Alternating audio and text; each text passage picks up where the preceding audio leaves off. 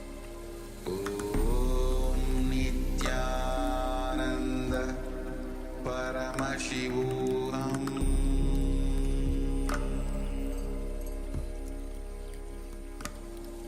Om Nithyananda Paramashivoham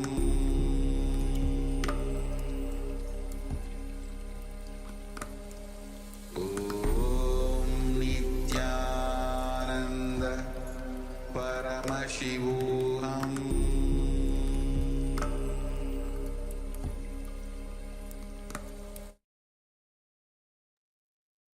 Slowly, very slowly. Open your eyes. Remove your eye bands. You can open your eyes.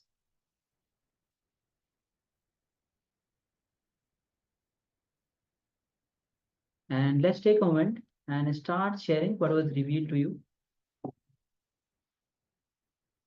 Ma Yoganand, Yoga Jnana Nithyananda says Nithyanandam. Yes, Nithyanandama. So please go ahead and start sharing what was revealed to you. Whatever details was revealed to you as you were scanning the acharyas for the image that the acharyas were looking at. So let's take a moment and start sharing.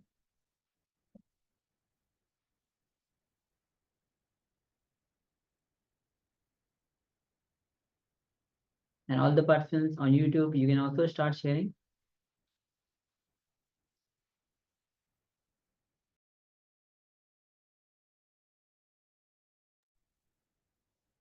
Yes, please go ahead and start sharing.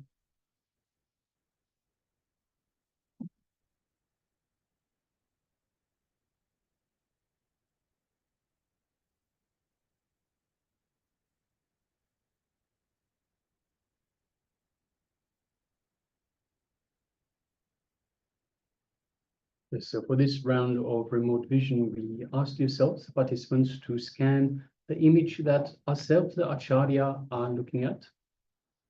So we request now, take a moment and share with us what was revealed to you in your third eye.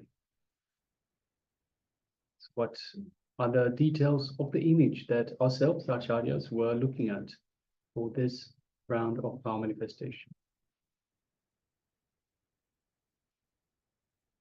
Please take a moment and share. And also requesting everyone that has the camera switched off. So we have with us Ma Parabrahma Swarupini, Ma Jnana Prakashini, Ma Feng Aya, Anil Padya Aya, Ma Zhang Tzi Ho, Ma Marie Christel Gassana. We have Ma Zhou Han, Ma Ren Xia Hong, Ma Yoganyana Nithyananda, and Ma Agora Swarupini. Requesting everyone, please be on camera, switch on your cameras, and be available for yourselves for this this program. So as we saw yesterday, Swamiji beautifully said, whatever you put into the program is what you get out of the program. So whatever you wrote down in terms of what you want to get out of it, have a look and ask yourself, are you doing everything possible? Are you doing everything to make that happen? Are all your actions aligned to that goal?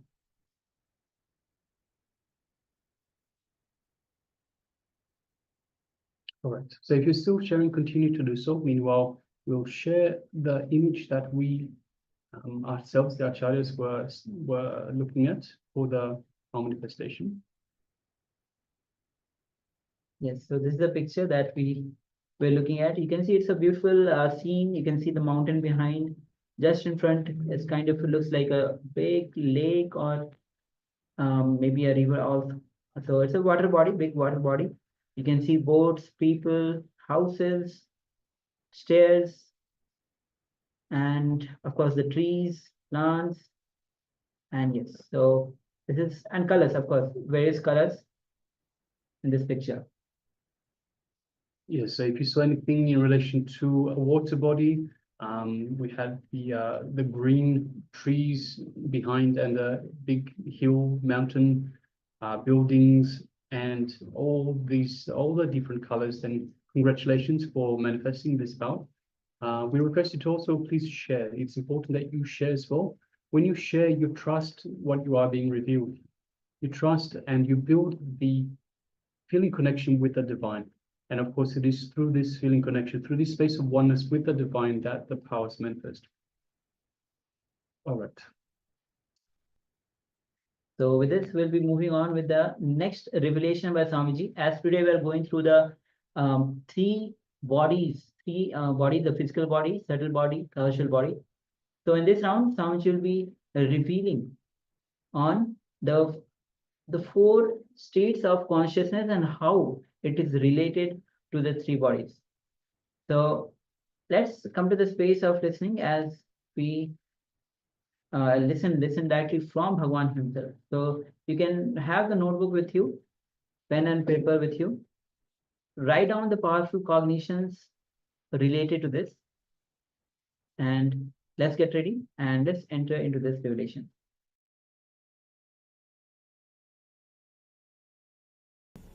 You will neither have physical depression, means the chronic fatigue, deep lethargic feeling, and all these things, and nor the mental depression. The more you are depressed, less you will sleep. Understand? People always think, depressed people always sleep, Swamiji. No. The more you are depressed, less you will sleep.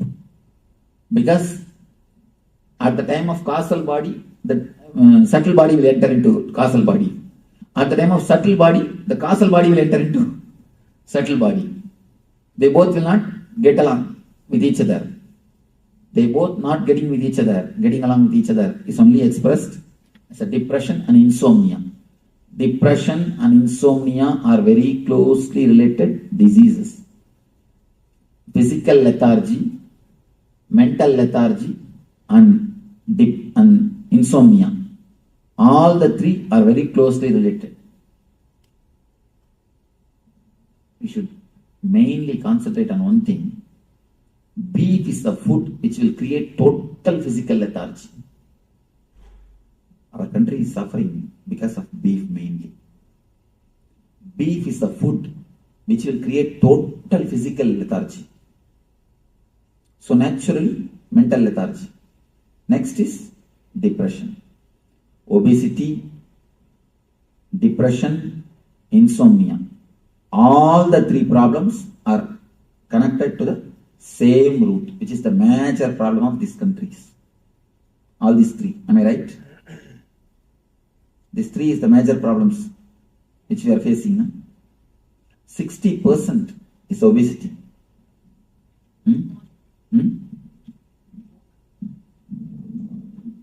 All the three are related to the same root, causal body and beef.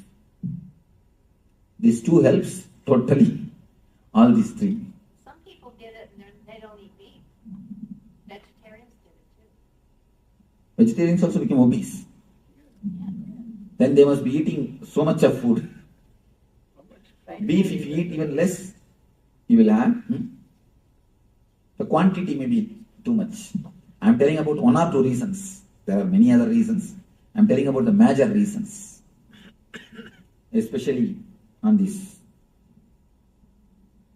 causal body. That fear towards darkness, the deep insecurity is also the disturbance of causal body.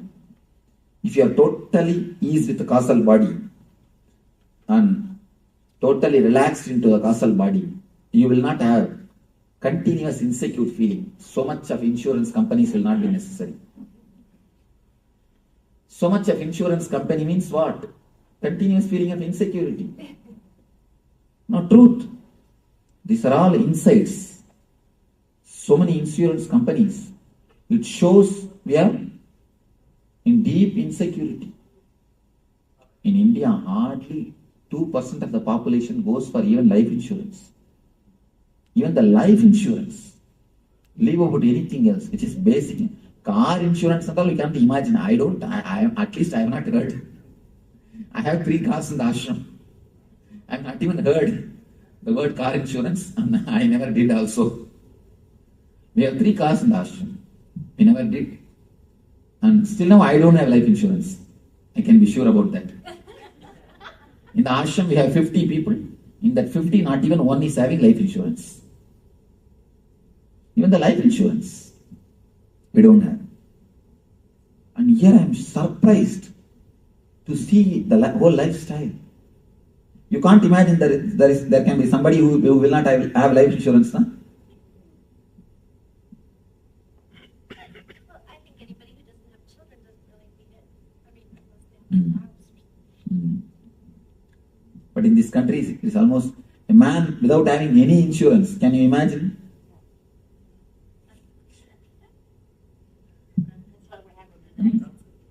Huh? Without health insurance, that is what? Huh? What insurance? Oh, car insurance. You can't even drive. Law. See, how laws are created. Collective thinking. Anyhow, but I am surprised to see. Now, I am not blaming. It's a good in a way because people have helped them. Even if some accident, it's not that India is not having accidents. So much of accidents are happening, and nobody is there to help. Here, at least you are getting helped by the insurance company. That is okay. But I am telling the mental setup. The mental setup. But the way you see, you must take insurance and do everything. All the outer world things, nothing wrong. But we must work to remove the insecurity also. That we have forgotten. Apart from taking insurance and making all the security for the life, you should start working on the mind also to remove the insecure feeling. That we have not done it. That is the place we failed. And the East, they did everything to remove the insecure feeling, and they forgot to make the security for outside. Both miss one item. I think both can be brought together. Anyhow, now, very simple but highly effective meditation technique to make ease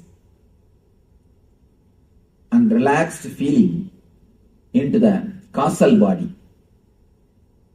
With this meditation, if any of you have the insomnia or depression problem, do this meditation. At least for 21 days. You can simply fall into sleep and you can simply come out like a fresh flower. Coming out of sleep like a fresh flower is what I call health. Health means when you get up from your bed, your steps from your bed to your bathroom, your steps should not be steps, it should be more like a dance. Then you are healthy. Then you can be sure you are healthy. You are alive. You are vibrant. If you fall totally into sleep, you will come out totally fresh and alive. So some comment? Something? I was feeling silly. Nice. Yes, some question. Let me explain this meditation technique. It is time we should fall into this technique. It's nothing, just you are going to meditate on deep darkness. First few minutes you will think you don't have head. Because head means with colors. Head is always associated with colors. And you will be continuously visualizing. The moment you start visualizing that you don't have head, automatically you will fall into the darkness. It's almost like consciously your energy will be pushed inside. As I was telling you, from head to Vishuddhi, from Vishuddhi to Anahata, you fall when you sleep. Now you have to fall. So you will visualize yourself. It's a two-part.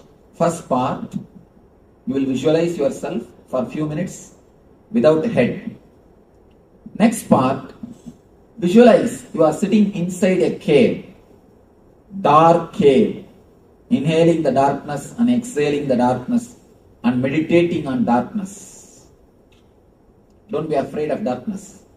The darkness, this darkness is living energy which rejuvenates you, which gives you again and again life, from which you are born, in which you are going to end, which gives you tremendous energy.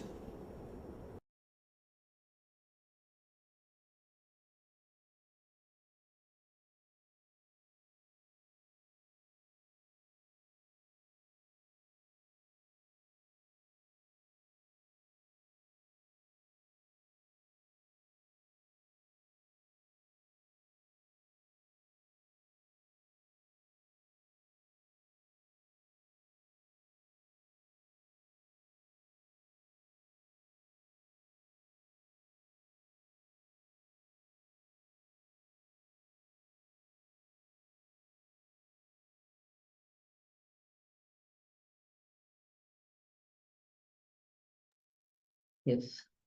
So Swamiji was telling about the darkness meditation. So shortly we'll be entering into the darkness meditation. Before that, we have few questions. Yes, we have Marie Christelle Gassana that asks, is it today that PSM participants receive the initiation to one of the 5 faces of Sarashva? So that's I think in a couple of days, Ma. Just looking through. It's Sadashiva Murti that Yes. you were speaking about. And So that's in about 2 days, 2 days from now. So not tomorrow, the day after tomorrow, Ma. yes. And if you're actually looking for a spiritual name, then that you can apply, register for online. We'll give the link, so you can apply for that. Yes. I hope that's all the question for today. The day after tomorrow. Yes, the day after tomorrow.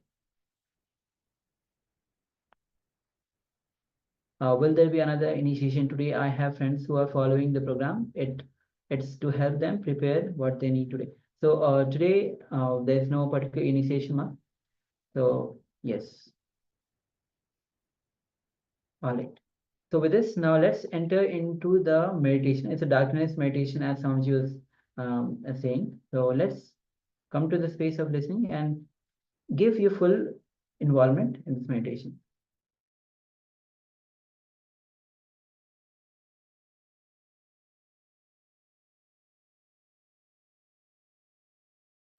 So darkness is the energy from which you are born, the energy in which you again and again rejuvenate yourself, and the energy in which you are going to dissolve. Every day see your life. Darkness is the energy with which you rejuvenate your body. You go into the darkness and come out with freshness. So now it is time for us to enter into the deep darkness. Please close your eyes and sit down. Whomsoever can sit down, and others can sit in the chair.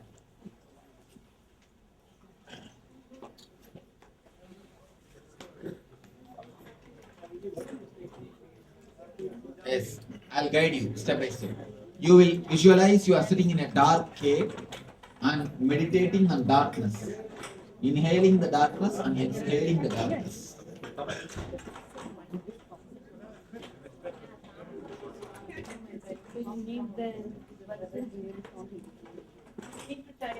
Yes. You are requested diver. Yes.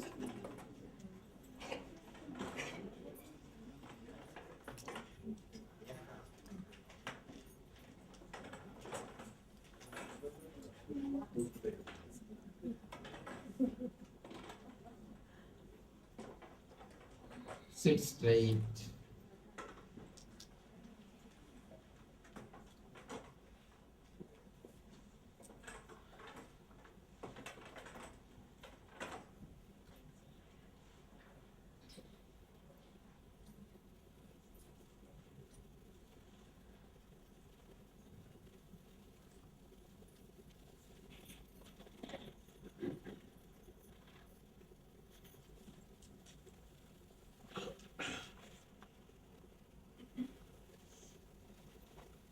Start inhaling and exhaling as deeply as possible, as slowly as possible.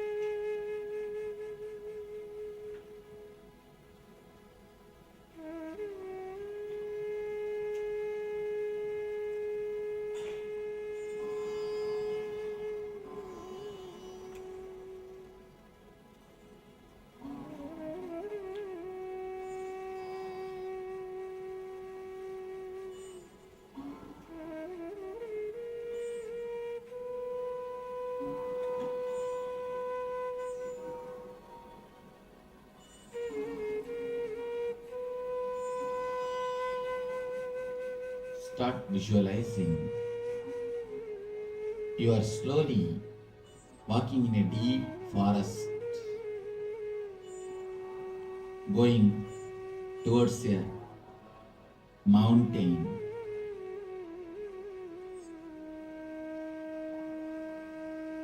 Feel the thick jungle. See the beautiful mountains. Feel the nature around you.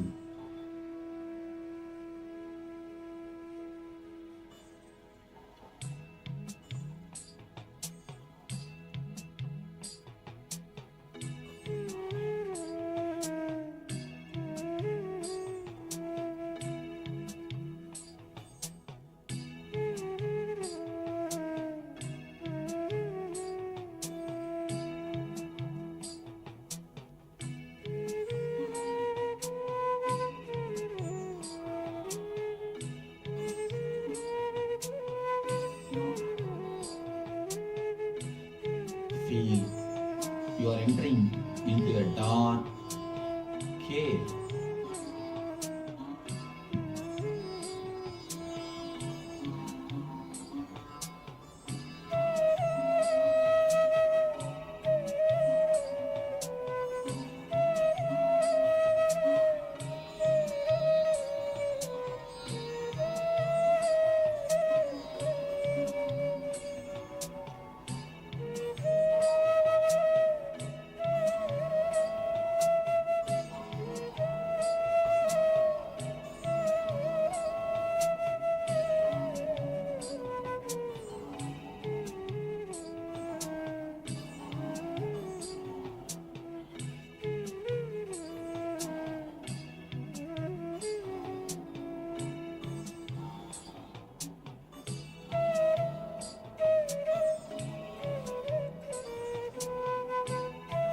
Feel you are sitting in a dark cave.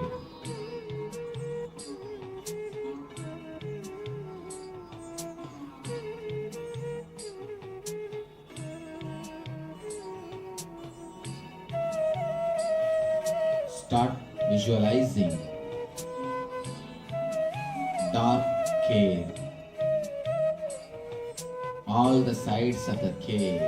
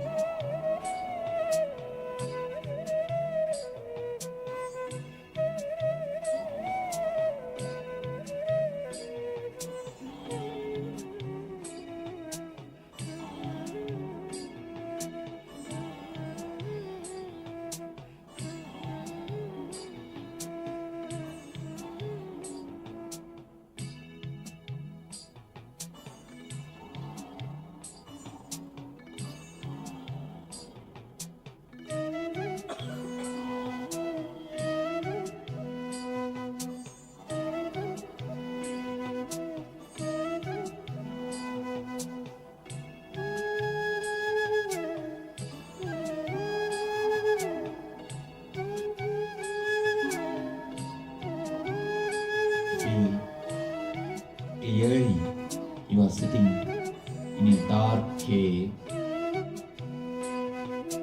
totally dark, not even a ray of light. Start feeling friendly with the darkness. Relax and start breathing. Start inhaling the darkness and exhaling the darkness. Feel you are inhaling the darkness and exhaling the darkness. Meditate on the darkness, which is energy, which is alive, vibrant energy. Meditate on the alive, vibrant, energetic darkness.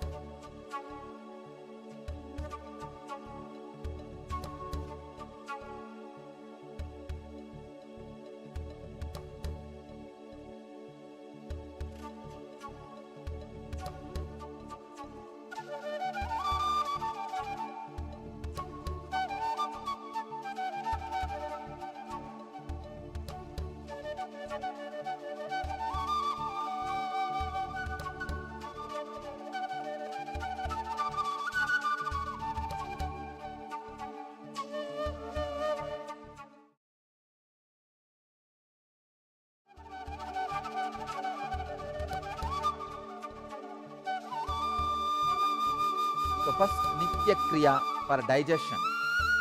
Jadaragni Kriya.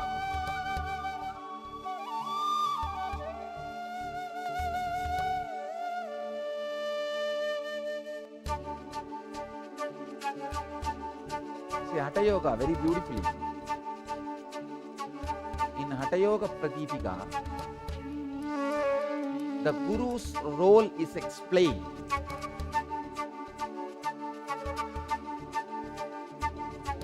Let me describe that and move to Kriya now.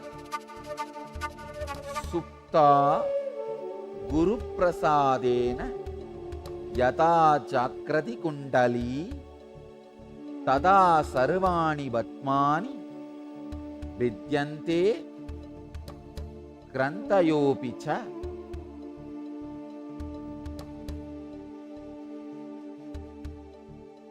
Translation. Indeed, by Guru's grace, the sleeping Kundalini is awakened. Then all the lotuses, chakras, and knots, grandhis are opened. Supta Guru Prasadena Yata Jagarti Kundali Tada Sarvani Vatmani Vidyante Krantayopicha.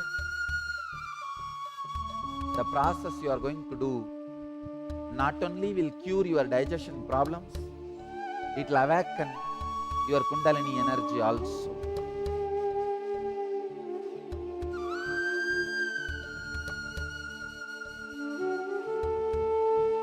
Next verse. Sashaila Vanadarinam Yata Adarao Inayakaha Sarvesham Yoga Tantranam Tata Darohi Kundali. As the serpent upholds the earth and its mountains, Seshanaga upholds earth and mountains and puts. So Kundalini is the support of all yoga practices.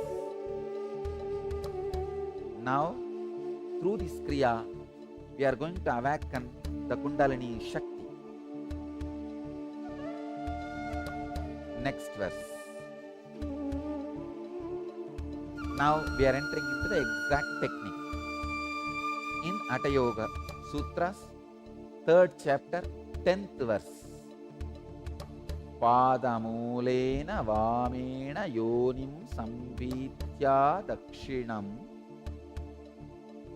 Prasaritam Padam Krutva Karabhyam Darayet Krudam. Understand? Now I am giving you the first instruction. Press the left heel into the perineum.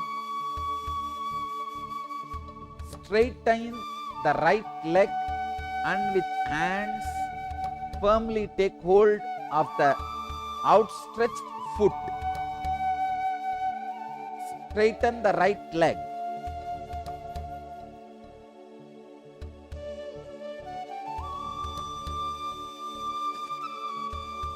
Please understand. Now make enough space. Okay. Stretch the left leg. Press the left heel into the perineum. Hope you are able to see how I am sitting. And with the hands firmly take hold of the outstretched foot. With the hands, how much you can stretch? Yes. Stretch and take hold of the outstretched foot. Naturally, you have to bend the front.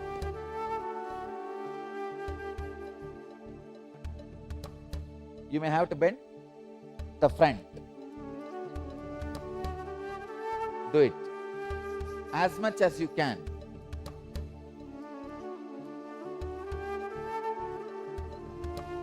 Just inhale, exhale very slowly, steadily in that same posture. Inhale and exhale slowly and steadily in that same posture 11 times. You can bend your neck bend your head, bend your body. You can even bend your knees little bit, no problem. Not fully, very little. You can bend your knees, no problem.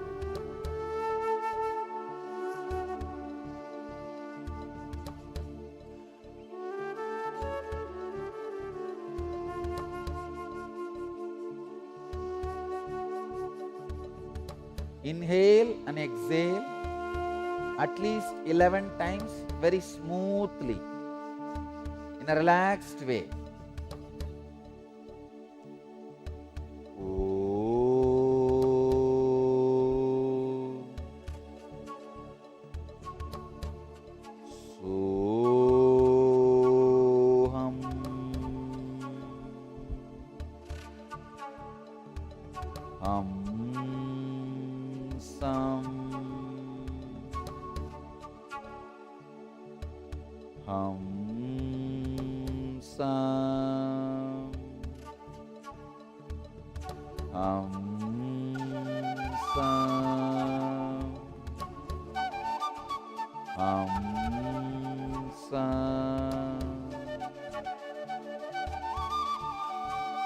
Now come back. Look up. Let you be sitting in the same position. Your heels into the perineum. Straight right leg. But you can look up, look straight. You can leave your hands now. Next instruction. Next step. Kante pantam samaropya dharayet vayum urdvataha yata danta hatas sarpo dandakarakaha prajayate.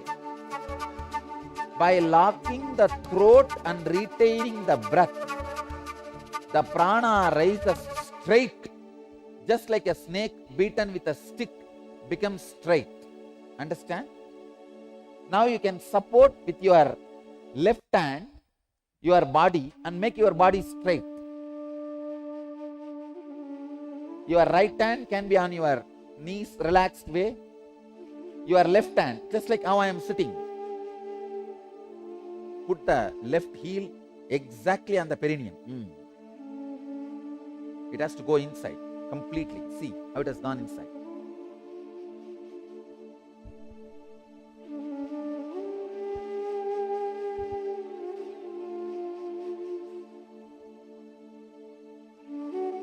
Let me now give the instruction, second instruction. Lock the throat and retain the breath. How? Just turn the tongue. Turn the tongue and lock it. Turn the tongue and push it up. That is locking the throat. Now, turn the tongue and lock the throat. Do not allow inhaling and exhaling as long as you can. When you feel you can't hold anymore, allow the inhaling and exhaling. Again, lock. Lock and hold as long as you can. And release when you can't. Again, lock and hold as long as you can. Do this 21 times. Now you will see the intense Kundalini awakening and the stomach, whole digestion system getting healed. Start. Lock the throat.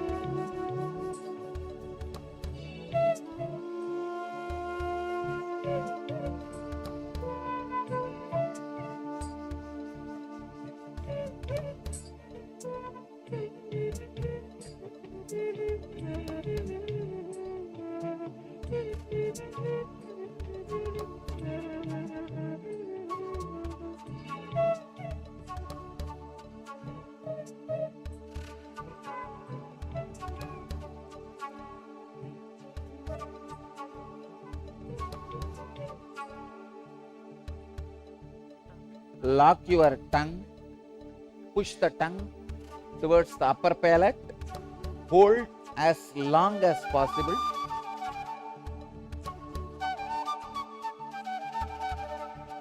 When you feel you can't hold anymore, relax, exhale slowly and gradually, not quickly, and again hold.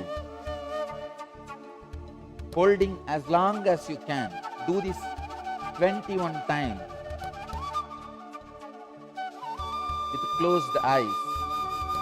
Your body can be straight. You can use your left hand to support your body. Right hand can be relaxed on your knees. Close your eyes and do this holding 21 times. Om Hrim.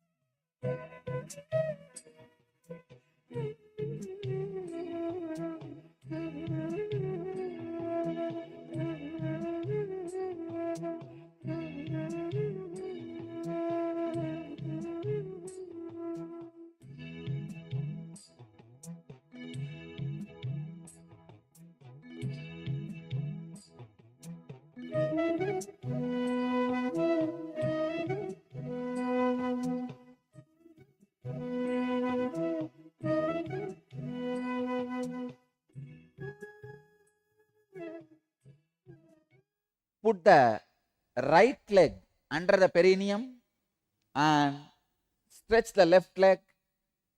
Do the same. Let me give you the sutra. Chantrangedu samabhyasya suryange punarapyaset yavat tulya bhavet sankhya tato mudram visarjayet. After practicing on the left side, practicing on the right side, when the number of rounds is even, discontinue and release the mudra. Please understand? Now put the right leg under the perineum, stretch the left leg, and now again turn the tongue and lock it in the upper palate. Hold as long as you can. When you feel you can't hold anymore, exhale slowly. Don't exhale quickly, slowly and steadily.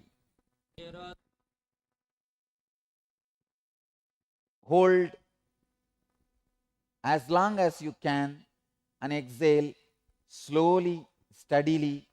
Do this 21 times again.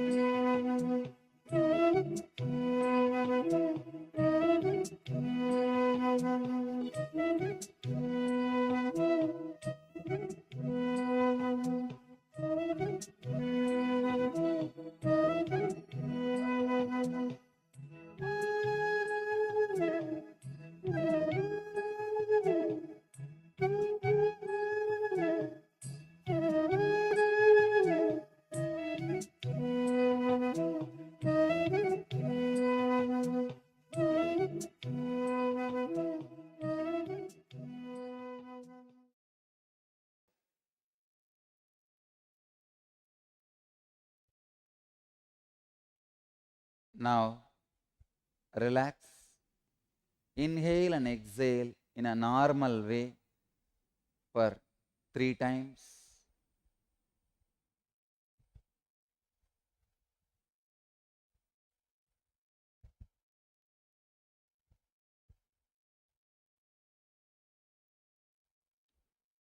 Now I will describe the benefits of this process.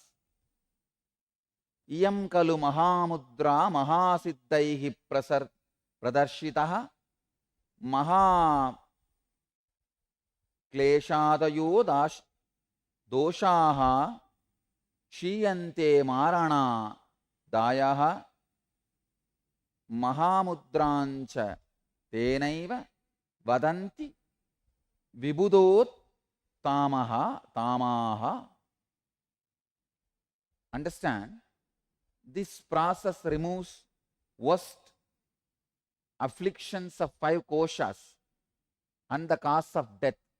Especially when this process is done by a pregnant woman every day, never there will be abortion. Every day, pregnant women should do this process till the last day. Till the last day, she should be able to do this. So that she should start the 3 months itself, so that she is able to do this till the last day of the delivery. There will not be any abortion or any premature death.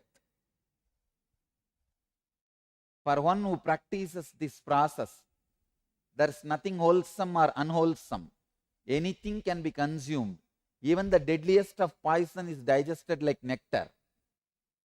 I am not saying drink poison, no. But Hatha Yoga Sutras are giving the guarantee anything you eat will be digested. And it is true. Nahi patyam apatyam va rasaha sarvepi nirasaha apibuktam visham goram piyusham abhijiryati. Means there is no patya apatya. Anything you eat will be digested. Next verse. Shayakushta kudavartha klumajirna purohamaha tasya doshaga kshayam yanti mahamudram tu yobhyaset. Abdominal disorders, constipation, indigestion and leprosy are alleviated by the practice of this process.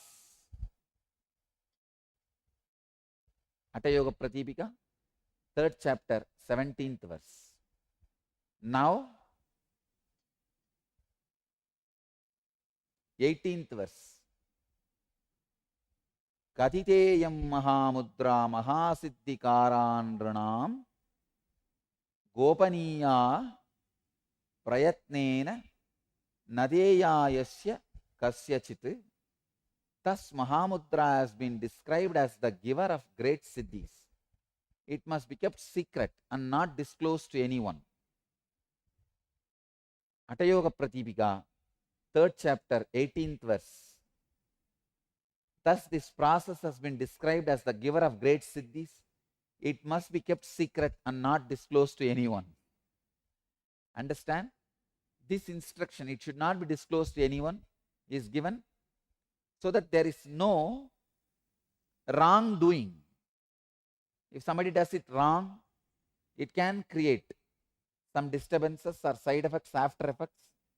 That's why they don't want this to be disclosed to everybody.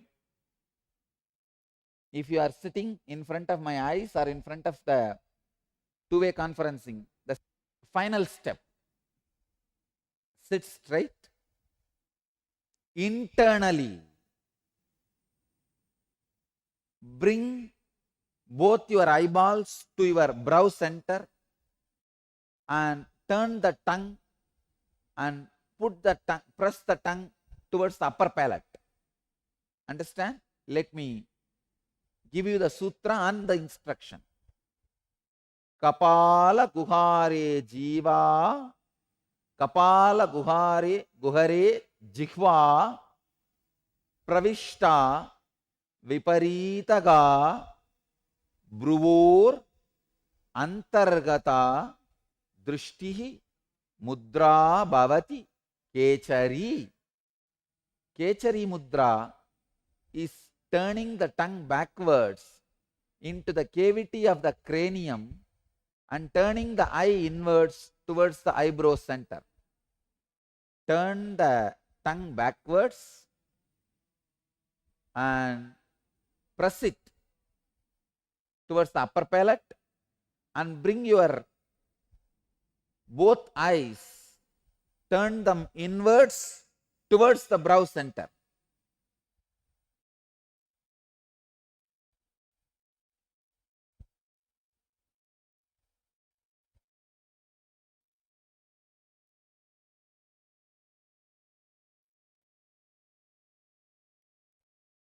Press the turned tongue up, upper palate. Second, turn your eyes inwards and towards to the brow center. Lock like this. When you feel you can't hold anymore, then exhale slowly Again lock it. Do this 21 times. Up.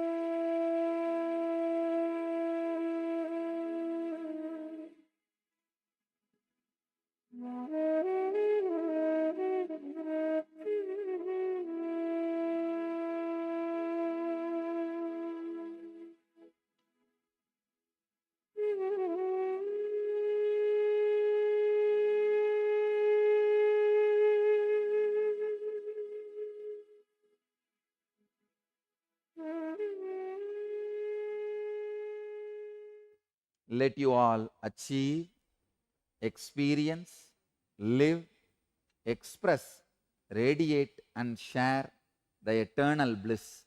Nithyananda. Thank you.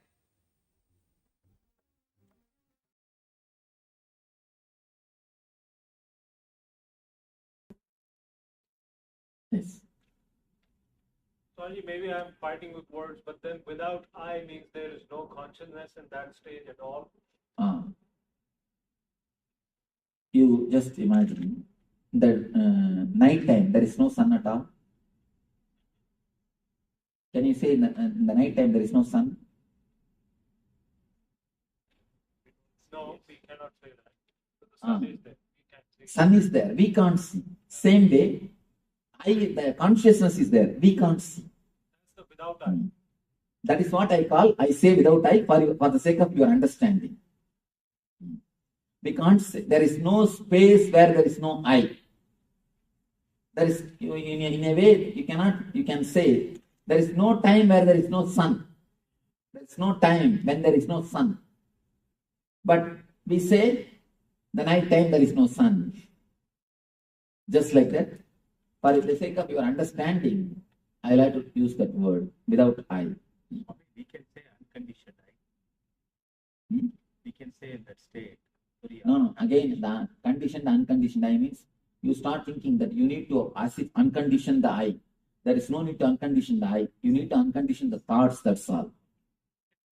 I wanted to use such a safe words so that you can understand the process is also a simple process. If you use the wrong words, then you will start thinking about the process. Oh, it's a big. The process is not too big. Finished? So the blank space in the chart is talking about Samadhi. Super consciousness.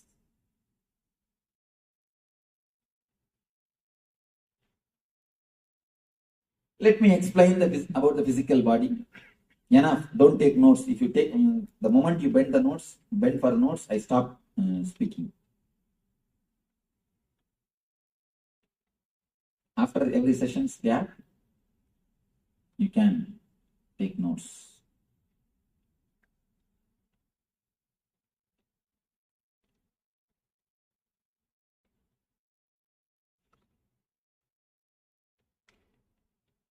About the food, ahara, few things. I'm just going to give a few tips, step by step. I'm not going to give you rules. Don't have any rules in your life. If you have, the moment you start having rules, immediately you start hating the rules. Any rule, you will start hating. Never have any rule. Have only understandings.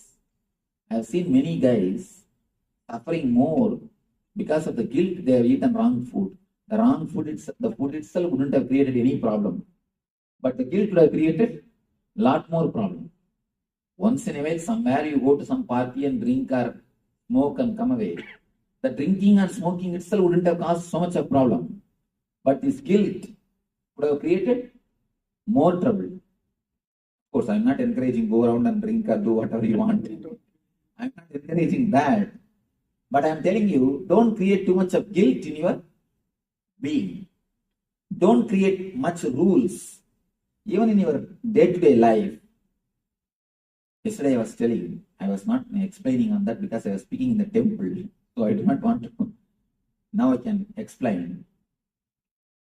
I have seen many people who create the regular routine of doing puja.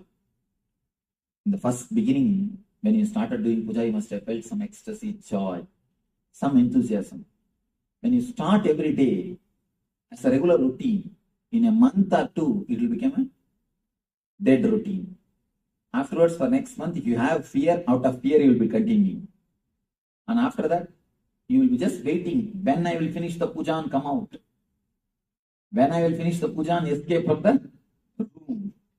And if you want to see the greatest atheist, go and see the priests, the temple priests. Because every day they are touching the vigraha. They are touching that idol and cleaning, doing worship. You can see they will be the greatest atheists. They will never have faith or love. Because the moment you make something as rule, you can see you spoil the whole thing. Whole joy is spoiled. Whole love is spoiled. The moment you make something as a rule, the whole thing is lost. The whole idea is lost. So don't make as a rules. Make these few things as an understanding. So make these few things as understanding about your life. Let me give the few understandings about food. Don't take any food which can make your logic imbalance, which can make you lose your consciousness. Means alcohol, drugs, and the food which makes you continuously feel sleepy, lethargic. That's all. No other rule. That's all. Only these two rules, which makes your consciousness dull. Don't allow those things inside your system. For example, what for you are eating? Tell me. What for you are eating? To live. For energy. After eating the food, if you feel dull and lethargic, feeling like going and sleeping, what it means? Overeating or wrong food? Overeating or wrong food. So, don't allow the food inside your system which immediately makes you feel like sleeping. Basic thing. There is no need for anything else. The second thing, when you eat, don't entertain restlessness in your being, and don't eat the food cooked by the people who are restless by themselves. Here comes little difficulty. Here comes little difficulty. First thing, in understanding and in practicing. First, let us understand why. There is a beautiful saying from an enlightened master. When you cook, don't think you put only your ingredients. You put your thoughts also and cook. Your thoughts are also added when you cook. When you cook, your thoughts are also added. That's the important thing you need to notice. And there's one more thing, beautiful thing. A Zen story. A king goes to a master and asks the master, I know that you are always living in joy and ecstasy and bliss. You are so alive, bubbling. What is the reason? What is the technique you practice? Please guide us. Please teach us. Master said, technique. I eat when I eat, I sleep when I sleep. That's all. The king cannot understand. What are you talking? What do you mean by it? Master says, I eat when I eat. I sleep when I sleep. Do you do that? King says, yes, everyone does. When we eat, we eat. When we sleep, we sleep. Master says, no. Look when you eat. The time of your eating only, you will start doing all sorts of brooding over about the past, planning for the future. You will be either worrying about the future or worrying about the past. You never eat relating to the food. Relating to the food is one of the important things because the food is going to become part of your being. You are going to eat. It is going to become just part of your being. It is going to become your own self. But you never bother, you never care to relate with the food. First thing, eating with the hand itself is a technique to relate with the food. Eating with the hand is a wonderful way to relate with the food. Eating with, not only that, there are 10 energy centers in your both hands. The fingers, tip of the fingers. 10 energy centers. Those 10 energy centers make your body adjusted or prepares your body to the food when you touch the food actually, even if the person who is having wrong thoughts, even if he cooks, even if there are wrong thoughts in the food, it will be cleansed. Food will be prepared. The energy of the food will be adjusted for your own body energy. So instead of touching the food directly by mouth, touch it by hand. According to me, wash both hands and put both hands and eat through both hands. You may ask, what are you teaching, Swamiji? But you do not know. You do not know the value of it. Only when you know the consciousness or a spiritual background, you will understand. In Zen, if you are taking a cup of tea, you are supposed to hold the cup of tea with whole hand, both hands. And all the 10 fingertips has to touch the cup. Then only you are allowed to drink.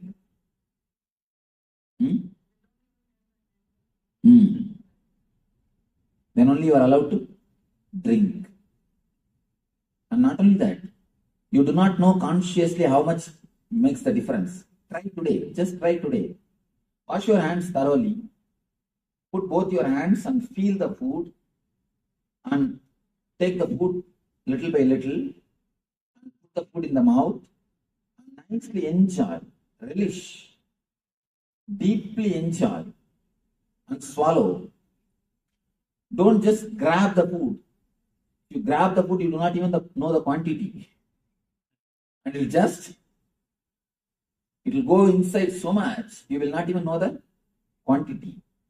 See, when I say, this all looks very simple.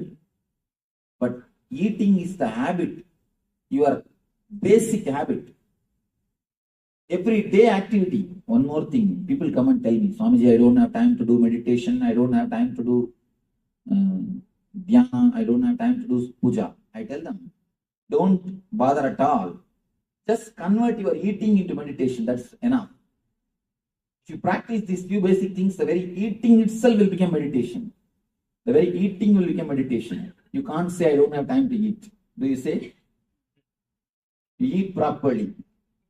So, instead of saying, I don't have time to meditate, convert the eating into meditation. Let the eating itself become a meditation. Start eating in a very meditative way. Put both hands and, if possible, sit with closed eyes for 1 or 2 minutes and don't bother about any other work. First, don't watch TV or don't do anything else when you eat. Put both hands. Feel almost you are praying. Be in the mood of prayer. Be in the same mood of meditation. And start putting the food inside your body. You will see your whole being is totally different. And not only that, your body will automatically inform you when to stop. At particular time, you will stop. You will never overeat. No animal suffers the obesity. We are the only animal who suffer obesity problem. Have you seen any animal suffering obesity problem? In India, cows will be tied just near the straw. Straw will be 24 hours, it will be available to them. But they will never overeat. They never suffer overeating. If 1 or 2 animals overeat, means maybe a habit from you. They picked up from us. You are keeping the pet food always for the dogs. Have you seen any dog overeating? Yes, you have seen, means you are training them. You have trained them. And you see, now I'm surprised. The pet animals here, they catch cold. In India, I have never seen any animal catching cold. I have never seen.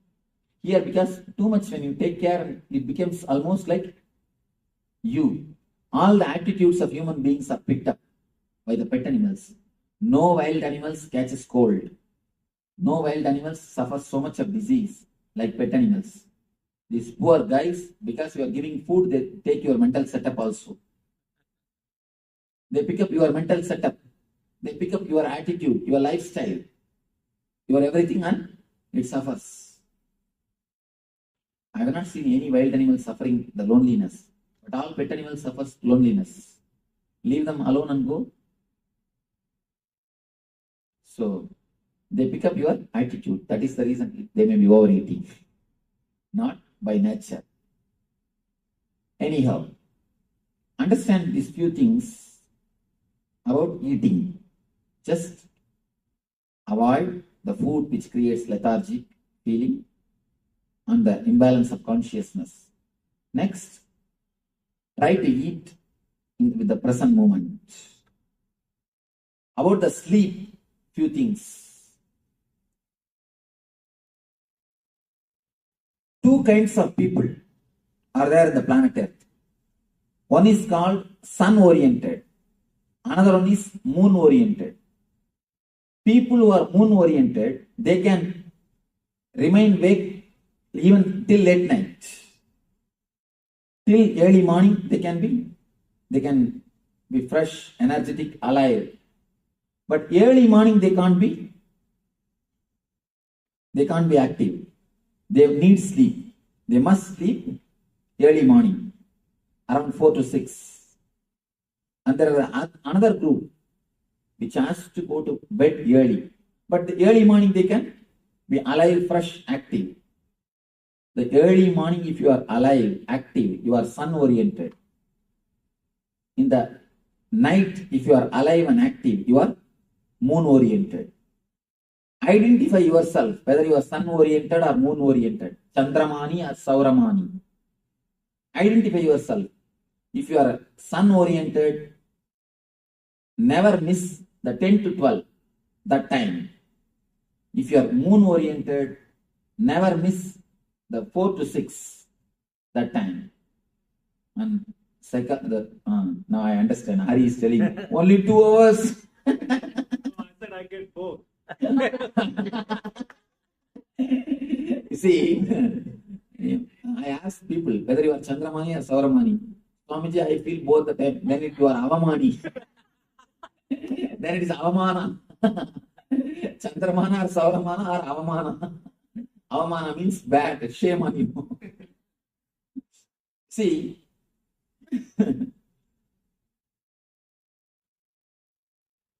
the modern day psychologists, they are proving for a healthy man, 2 to 3 hours sleep is more than enough. But they are making a condition. At particular 2 hours of your sleeping time, your body temperature falls 2 degrees. Your body temperature falls down 2 degrees. If you can identify that 2 hours and sleep, you will never fall sick. You will never fall sick. And I want to tell you one important thing. Don't take up any job. Don't take up any work which disturbs that 2 hours. If you are a Chandramani, if you are a moon oriented, early morning 4 to 6 is the time you are supposed to sleep. If you are sun oriented, 10 to 12 is the time to sleep. Please don't miss that 2 hours. Don't take up any job because it's a question of your life. The sleep and food is question of your life. Don't take up any job. Don't sit and watch movie. Of course, golf can't be played in the night. Huh? We played the other side of the world, yeah. Anyhow, golf is never played in the night because such a big area cannot be lit. That's good. Anyhow. So never do anything in that time. First thing, identify whether you are Chandramani or Sauramani, whether you are sun-oriented or moon-oriented. Identify. Identifying is very simple. 3 days, try this and try that. With which process you are more fresh, you are that. That's all. And both gives you dullness means only God has to save you. Go immediately. Pray to God. Always one thing makes you feel more fresh, more alive. One more thing, never take any decision in the opposite time. one important thing I want you to know, just like female having periods, male also has got periods. Male also has got their own periods. The problem is they are so insensitive, they can't understand. For male, it is every 27 hours. For female, every 27 days. For male, every 27 hours. Every 27 hours, 3 hours they fall in low mood and come out. That 3 hours, if you take any decision, it will be failure. It will be failure. If you are sun-oriented guy, never decide anything in that moon-oriented time, that 10 to 12. If you are a moon-oriented guy, never decide anything in the time of sun orientation, that morning 4 to 6. These are all subtle but highly powerful tips. Understand? Very subtle. It may look very simple, but you do not know the way in which your whole existence is going. And I want you to know the power of sun and moon on your body, on your system. Then you will understand. Whenever the Purnima and Amavasya happens, the ocean starts. Purnima Amavasya means full moon and new moon day. Full moon and new moon day. You understand? And I request you one thing. Whenever I use some Sanskrit terms, I don't give English translation. Please ask me. Don't just wait. Sometimes I'm so habituated to speaking to the Indian crowd, I forget to give the English translation. So immediately stop and ask me. Never think I may look like a fool. If you ask, you may look like. If you don't, you will be. So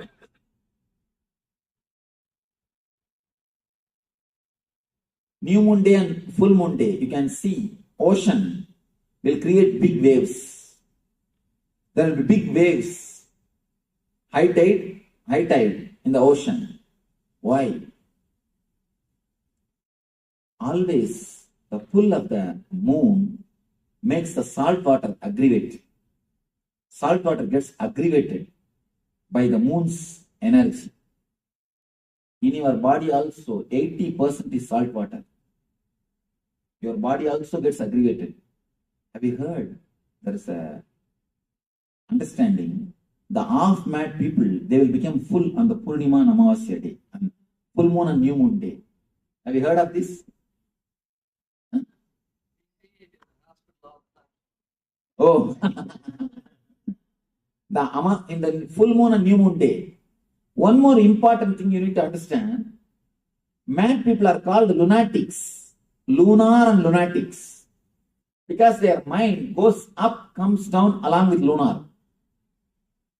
Lunar and lunatics. Lunar means the sun. Moon. Lunar means the moon.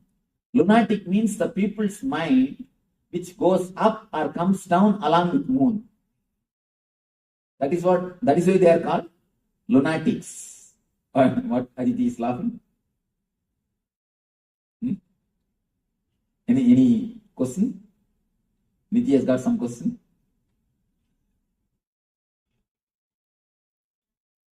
You remember? That is why I am here, you are there. Lunar and lunatic. Along with the moon, you go up and come down. And one important thing, Nile River is worshipped as a god by these Egyptians. Egyptian kings, they worship Nile River as a god. Nile River is the only river which has got live history, the live recording of everyday water level for last 4,000 years.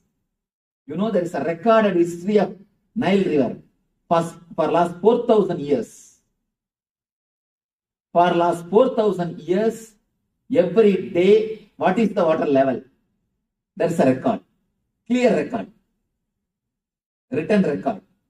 Nile is the only river which has got a clear written history of everyday water level. You will be surprised. And one more thing, why I say about this, one more important thing. Based on that water level itself, we are able to come to a clear conclusion what type of the moon energy was playing. You can understand based on this, the water level or the mood of the river, you could understand, you can clearly find out the eclipse, the solar eclipse, solar eclipse, lunar eclipse, all these things. Now the people who work on astronomy, they are shocked to find the coincidences. If the lunar is there, exactly the same kind of the lunar, all the lunar eclipses, the same kind of water level is recorded. All the solar eclipse, the same kind of water mood is recorded. When these two are compared, it's almost as if Nile is directly controlled by this sun and the moon. They say a clear-cut view, not even once or twice it misses. A clear-cut view. We can predict very clearly when flood will come and when flood will not come. What is wrong call? When flood will come and when flood will not come. We have such a deep association with sun and the moon. So find out whether you are lunar oriented or solar oriented, whether you are sun oriented or moon oriented, and arrange your sleep time according to that. Never sit and watch cricket. Never torture your body at that moment. If you allow your body to rest in that moment, that's more than enough. That's more than enough. Naturally, you will see you are continuously recovering. Your physical body, your health comes back to normal well-being, normal health. And third thing about pain. Pain means all diseases. It's an important thing. When the shoe fits, leg is forgotten. When the belt fits, belly is forgotten. When the chain fits, neck is forgotten. If you are remembering the chain, it means, if you are remembering the neck, it means the chain is not fitting. If you are continuously remembering the belly, belt is not fitting. If you are continuously remembering the legs, shoe is not fitting. If it fits, you will forget. The same is the logic. If you forget your boundary, you are healthy. If you forget your boundary, you are healthy. If you are constantly remembering some part of your body, it means what? You have some pain or disease in that area. For example, if you are remembering knee continuously, what it means? What it means? Pain. You have deep problem. You have pain in the knee. If you are continuously remembering the back, means your back is hurting. If you are continuously remembering the tooth, you are doing dental meditation instead of transcendental meditation. You are doing dental meditation.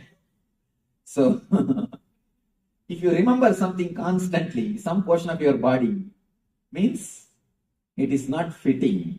It is not falling in tune with your body, with your being. And you are remembering some portion means why you are made to remember. Actually, what is happening at the time of pain? At the time of pain, only one thing happens. Your attention is requested by that part of the body. We don't live throughout the body. Understand one important thing. You don't live with your whole body. If you hate some activity, immediately you hate that portion connected to that activity also. If you hate to do some work, immediately you hate the body connected to do that work also. Why you are laughing? No, that's true. If you hate to write or read, you start hating the eyes, you start hating the hands. Why do you think so many kids have to wear specs? Why do you think they get all the eye problem? When you hate to do some job, automatically, naturally, you start hating that part of the body also. You start hating that part of the body also. Here I have to tell you a small incident. It's even though a little awkward, I have to tell because it is such a truth. It's such a deeply connected truth. I have to tell this. One of our devotees, she attended an NSP. She stays in America only, in America. She had a tumor on the spinal cord. A big tumor. You can see, you can even feel that such a big tumor in the spinal cord.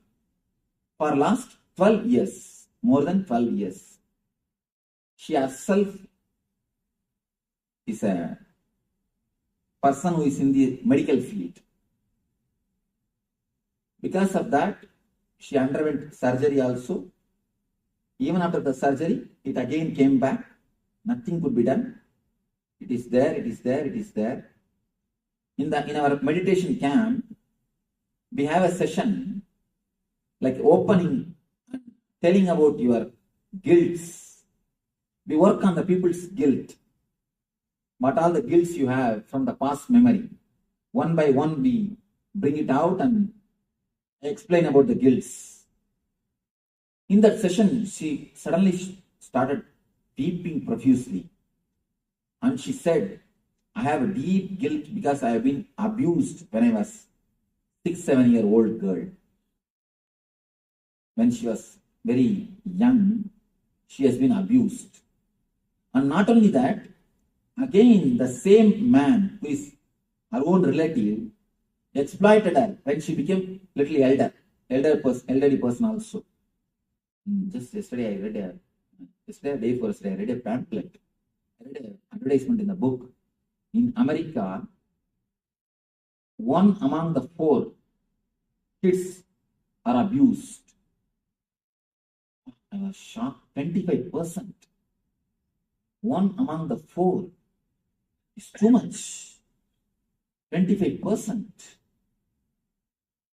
And it's recorded. Only recorded thing, not unrecorded. I do not know how many come out and open it. It's recorded.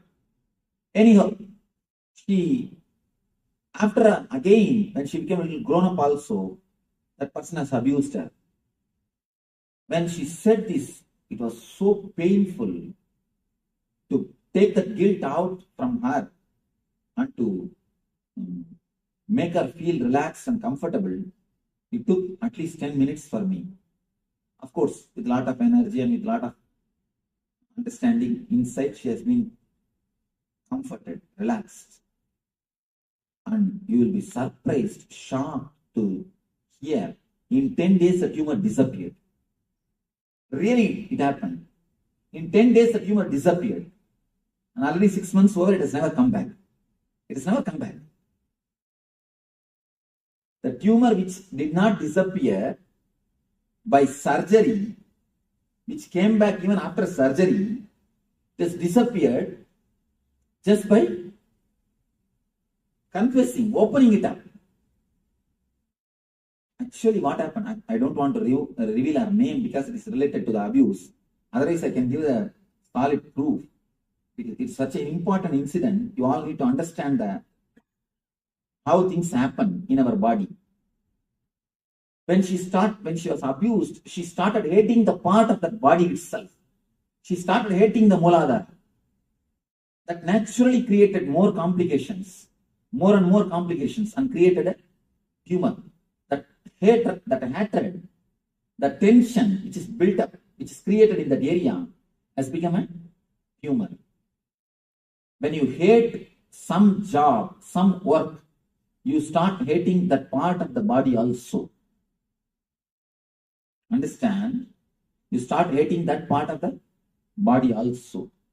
On an important thing, when you stop living in some part of your body, that part starts feeling sick.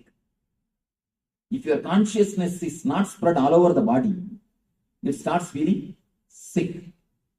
Your laziness to walk only makes the knee pain. Your low self-confidence to live only creates arthritis. These are all basic things. Don't think your disease and your mind are totally independent of each other. It is totally dependent on each other. There is a beautiful book, You Can Heal Yourself, by a doctor. Her name is Louise L. Hay.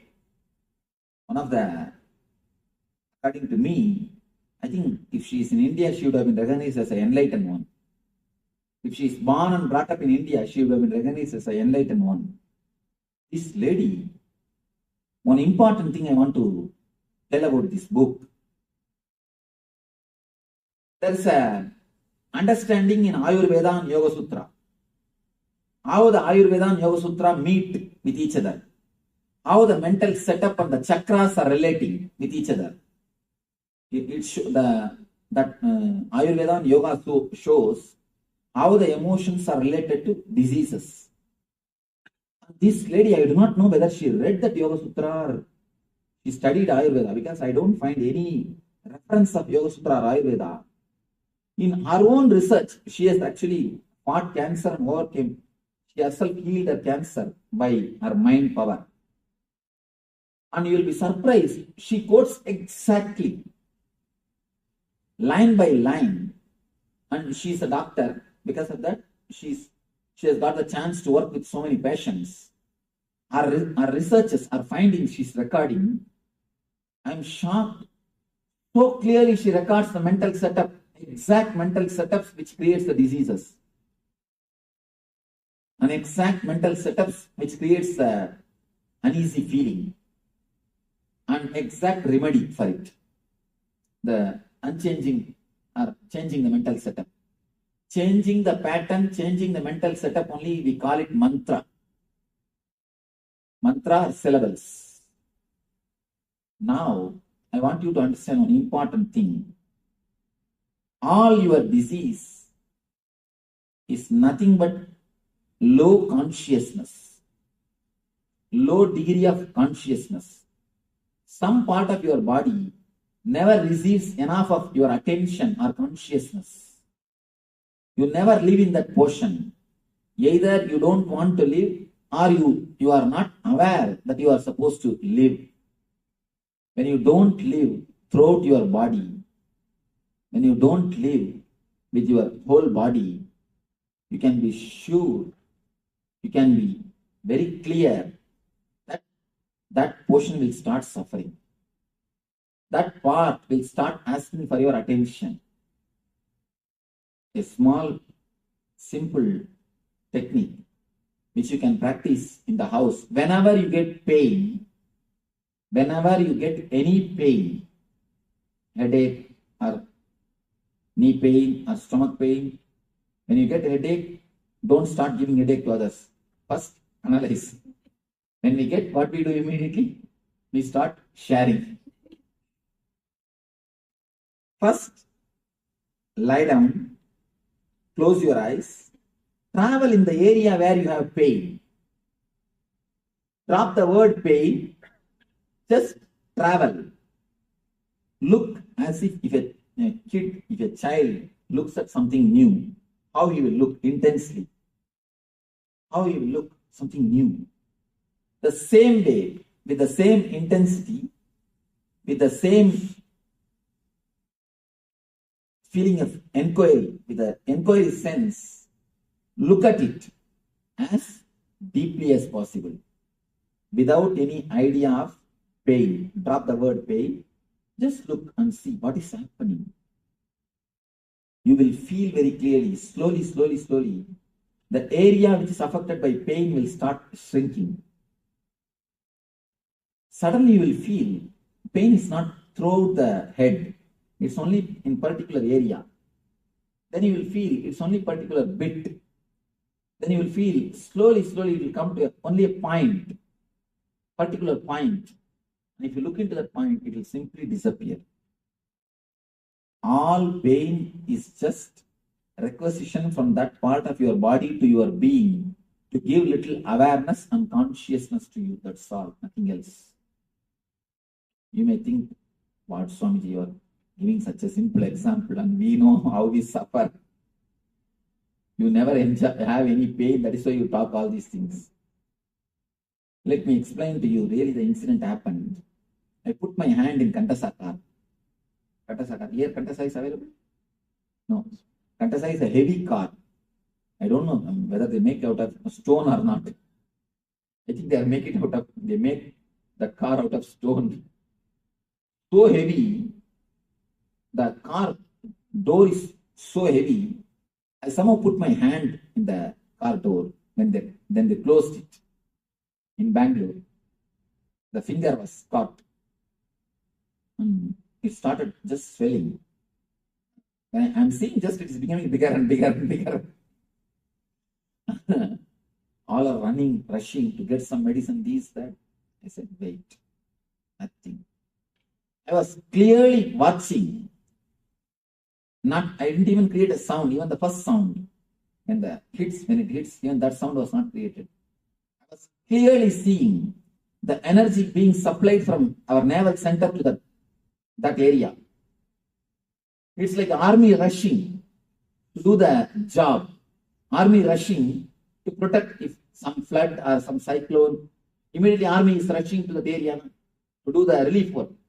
Just like that, gush of energy is coming from the navel and it's moving towards your hand to that area. I saw very clearly the gush of energy only, you call it as pain. The repairing work is going on. You don't have so much of patience to watch it. That is why you start shouting, screaming, oh, pain, pain, pain.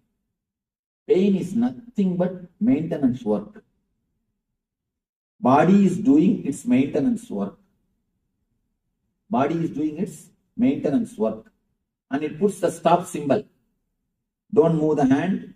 Please cooperate with maintenance work. That stop symbol only is pain, nothing else. When you see the maintenance construction work in the road, they put a cop and the stop symbol, no? Just like that, so that you will not disturb the construction work and maintenance work.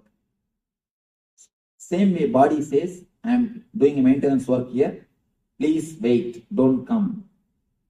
Don't move, cooperate. That's the same symbol.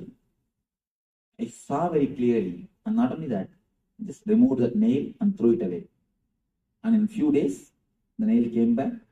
Just in few days, no medicine, no injection, no bandage, nothing. Just allowed the body to heal itself. It got healed, over. Totally, it took some 5-6 days, that's all. Nothing else. Of course, I'm not telling you to do the same thing. I'm telling you at least cooperate. Apply the medicine, do whatever you want, that is different. But mentally cooperate. You can heal yourself very much. When you forget your boundary, you are healthy.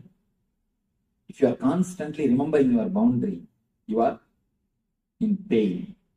Now we will enter into a small meditation technique to forget the boundary, to remove the unnecessary stress collected by you, unnecessary toxins collected by you. An important thing. Just like a blood clot, there is one thing called energy clot which happens in your system. Blood clot happens if there is something wrong in your body. Energy clot happens if there is something wrong in your emotional system. Now we will enter into a meditation technique to melt, to clear the energy clots and to remove the unnecessary toxins and to awaken the body intelligence. In this meditation, you are going to do 2 steps. First is, you are going to tense your body as much as possible to its peak, step by step. Step by step, you are going to create the maximum possible tension so that the energy clouds which is created in you will be released. The energy clouds will be released. And second thing, you will go step by step from toe to head, part by part. Pressurize or tense as if that portion will burst. As if the portion will burst. Go deep, step by step, till the head. And after that, from head to toe, we are going to come. This is the second step, is the important step. This is from Yoga Sutra. This step is important technique from Yoga Sutra. According to Yoga Sutra, every part of your body is breathing. Understand? According to medical field, only your nose is breathing. According to Yoga Sutra, every part of your body is breathing. Every part of your body is intelligent to take the prana shakti directly from the air. It takes energy directly from the air.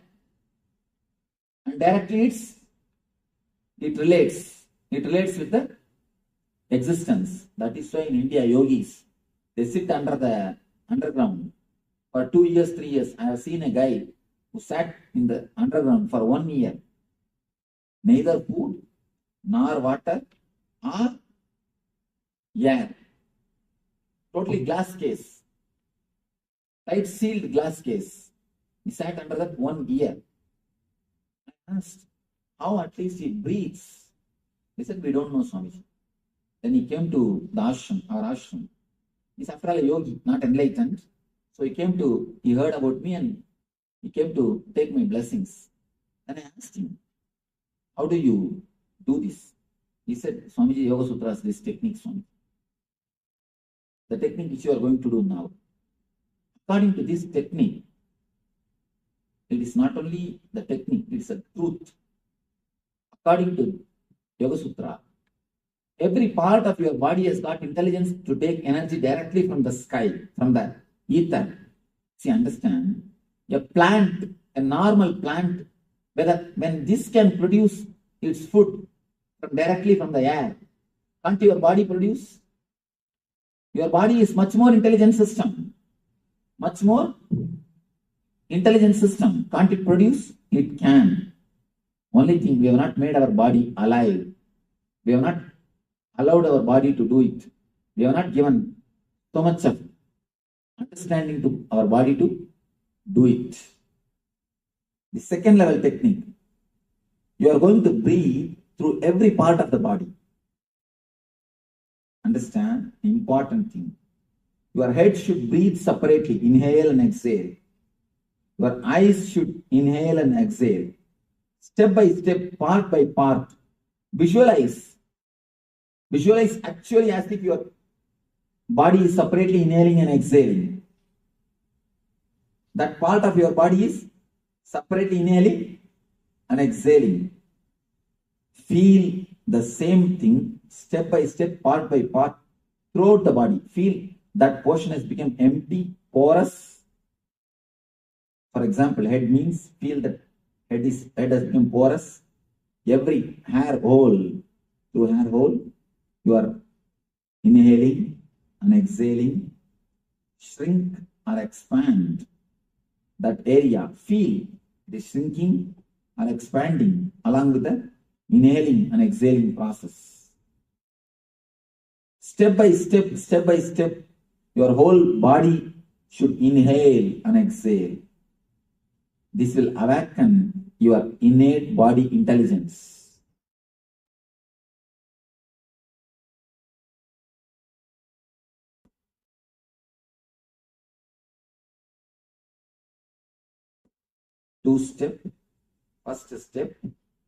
First step which you need to understand, tensing and cleansing. By tensing, you are cleansing toxins and energy clouds. Next thing, by inhaling and exhaling, breathing through every part of your body, you are awakening the intelligence, innate intelligence of body.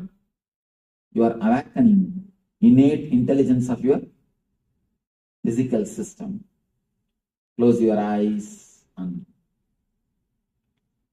first thing, this technique has to be done lying.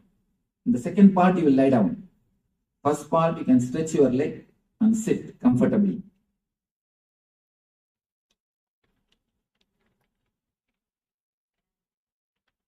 Make enough space to lie down. Yes.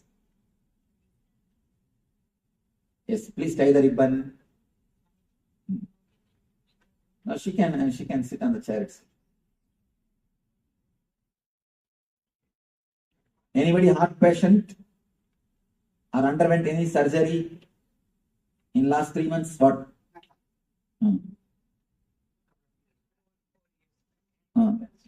Angioplasty. All right. Only in that region, do it little less. Please tie the ribbon. You are requested to tie the ribbon so that you will not look in between the meditation. She is surprised why we asked to tie the ribbon. Number 7. Stretch your legs out.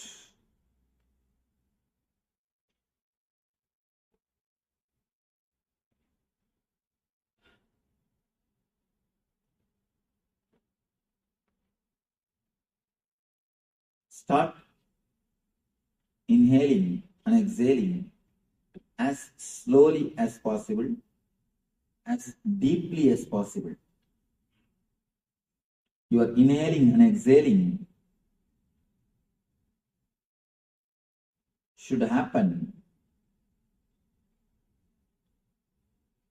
throughout the body.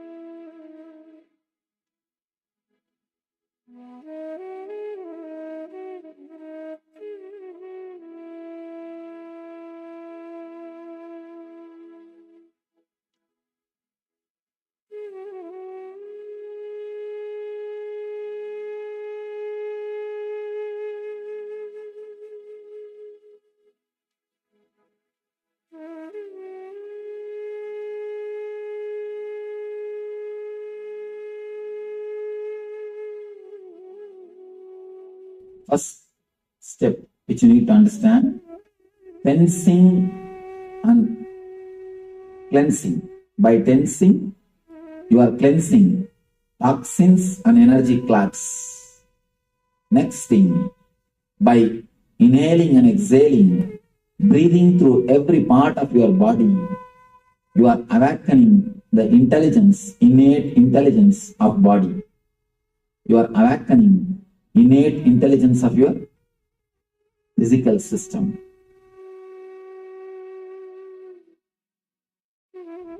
First thing, this technique has to be done lying. In the second part, you will lie down. First part, you can stretch your leg and sit comfortably.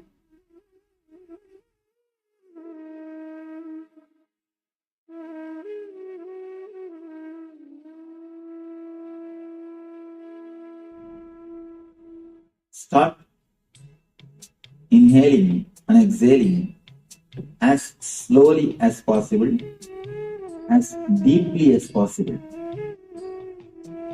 You are inhaling and exhaling should happen throughout the body.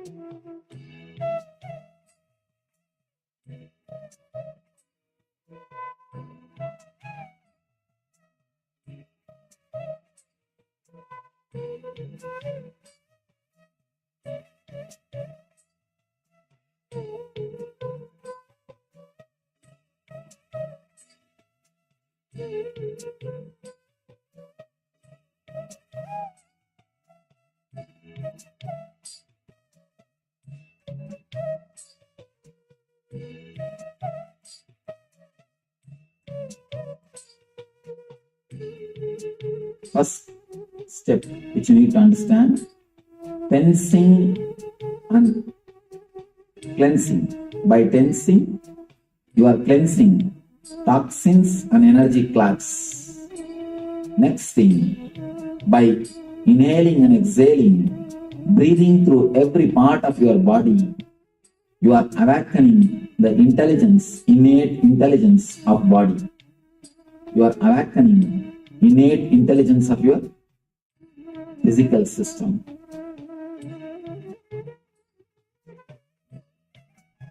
First thing, this technique has to be done lying. In the second part, you will lie down. First part, you can stretch your leg and sit comfortably.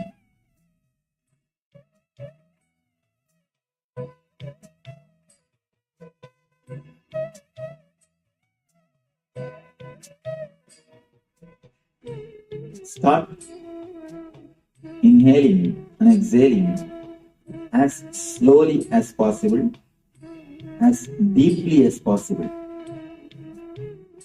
Your inhaling and exhaling should happen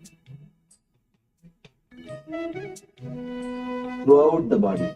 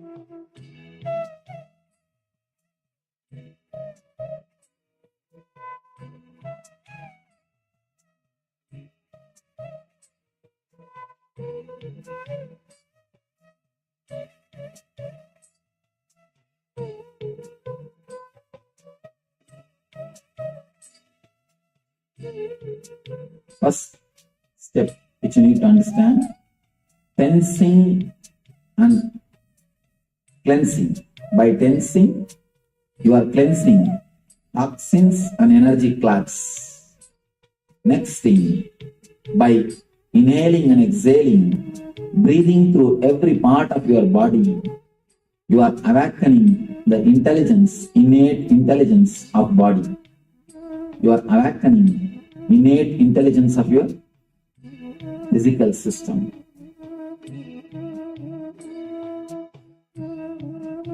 First thing, this technique has to be done lying. In the second part, you will lie down. First part, you can stretch your leg and sit comfortably.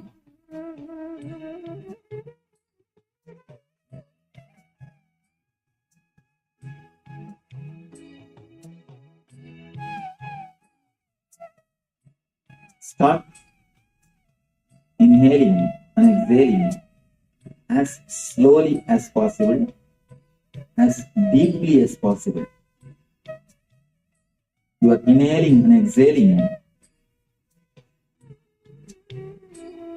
should happen throughout the body.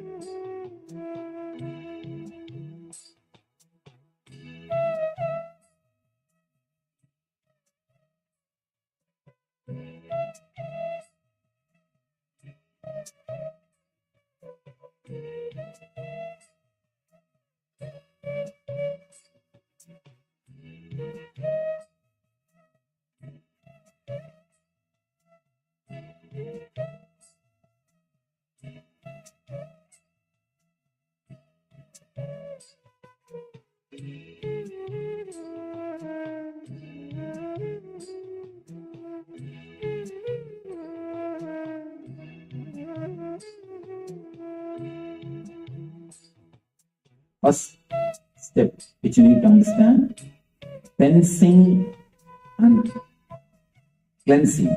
By tensing, you are cleansing toxins and energy clouds. Next thing, by inhaling and exhaling, breathing through every part of your body, you are awakening the intelligence, innate intelligence of body. You are awakening innate intelligence of your physical system.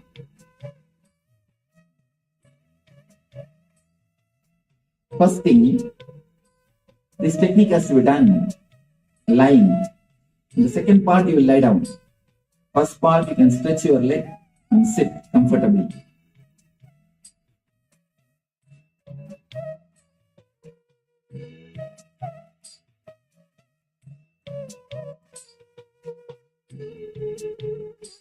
Start inhaling and exhaling as slowly as possible, as deeply as possible. You are inhaling and exhaling should happen throughout the body.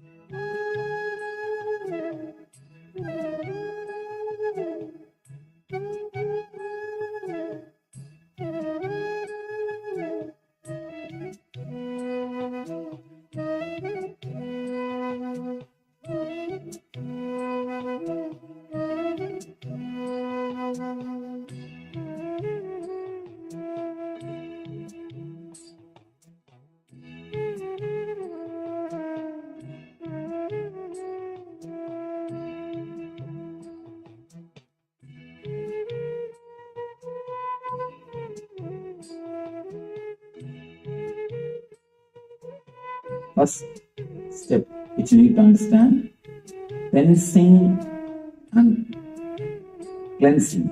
By tensing, you are cleansing toxins and energy clots.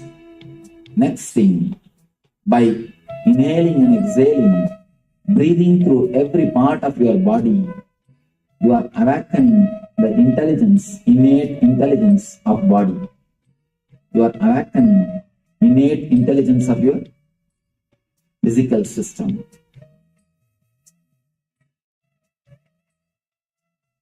First thing, this technique has to be done lying. In the second part, you will lie down. First part, you can stretch your leg and sit comfortably.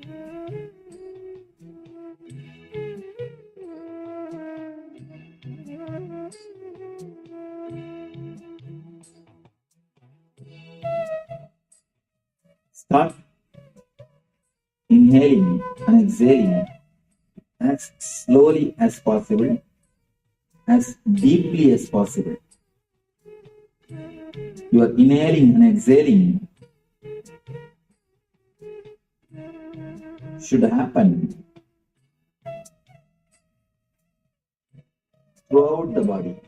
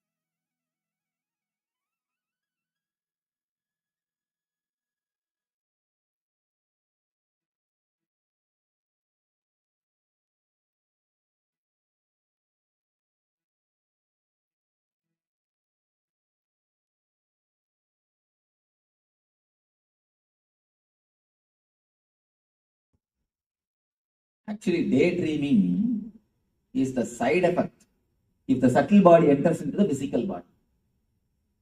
But subtle body means dreaming, night dreaming. Night dreaming is the main subtle body. If it enters into the physical body, daydreaming comes as an effect. I am asking about night dreaming.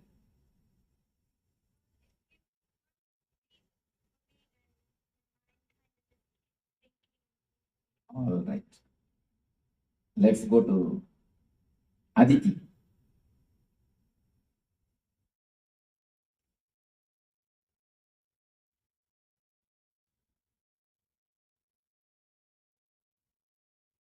Aditi started experiencing the dream. Mm.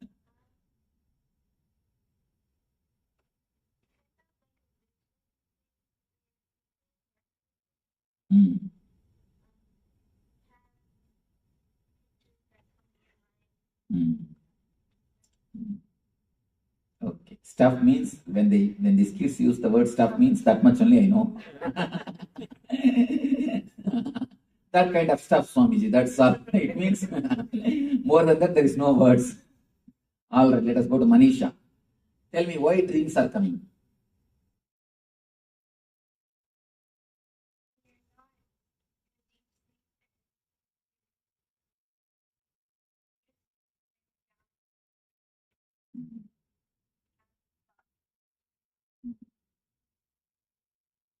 Okay. Some more understanding. We will go to number 6. Yes. Can you pronounce your name? Jackie. Okay. Mm. Mm. Mm. Mm. Mm. That's right. Cynthia.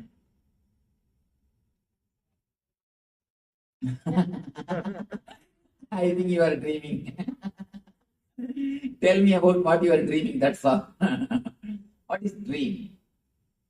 Night dreaming, not daydreaming. Night dreaming. How it comes? Any of your idea about dream? How it comes? Why it comes? What it is? That it's uncontrolled thoughts going through your mind. Mm. Then? And imaginings of, it's all these jumble of thoughts that are forming things. Mm. Okay. Swarnapuri. Something subconsciously you're thinking of. Mm. Sleep stage. Mm. Mm. Sunita. Where is Sunita? Dreams are impression of unconscious mind.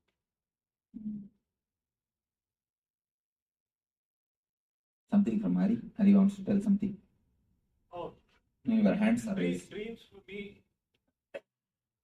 for me is almost a carry forward of your conscious stage when you were think that's carried on into the dreams majority of the time. But a lot of times, sometimes I also think dreams are kind of guiding you or giving you a very important message if you want to understand.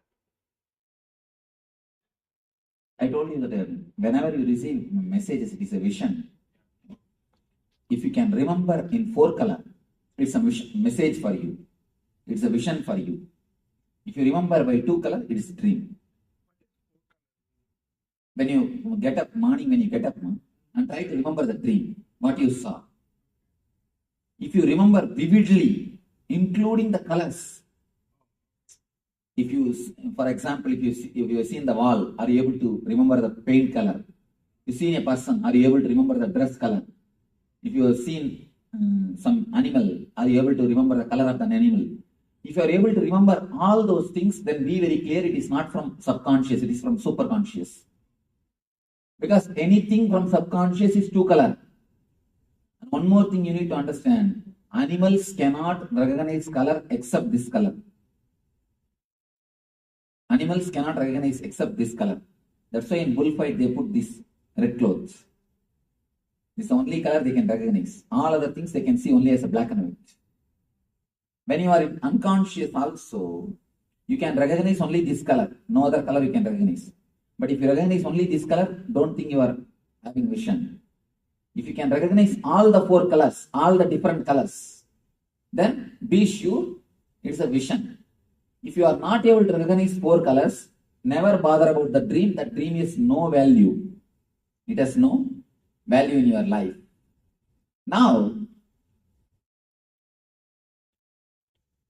what is exactly dreams? I am talking about the dreams which are 2 colors, not 4 colors. Tell me about the 2 color dreams.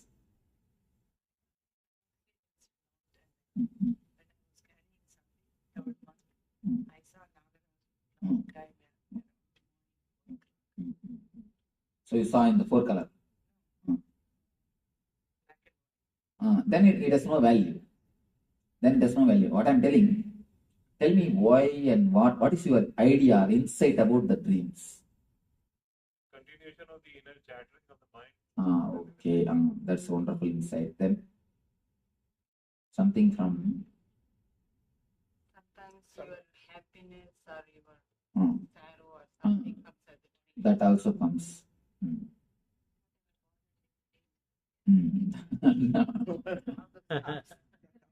Whatever you bother in the daytime, that also jumps on you in the night time. That's one more thing.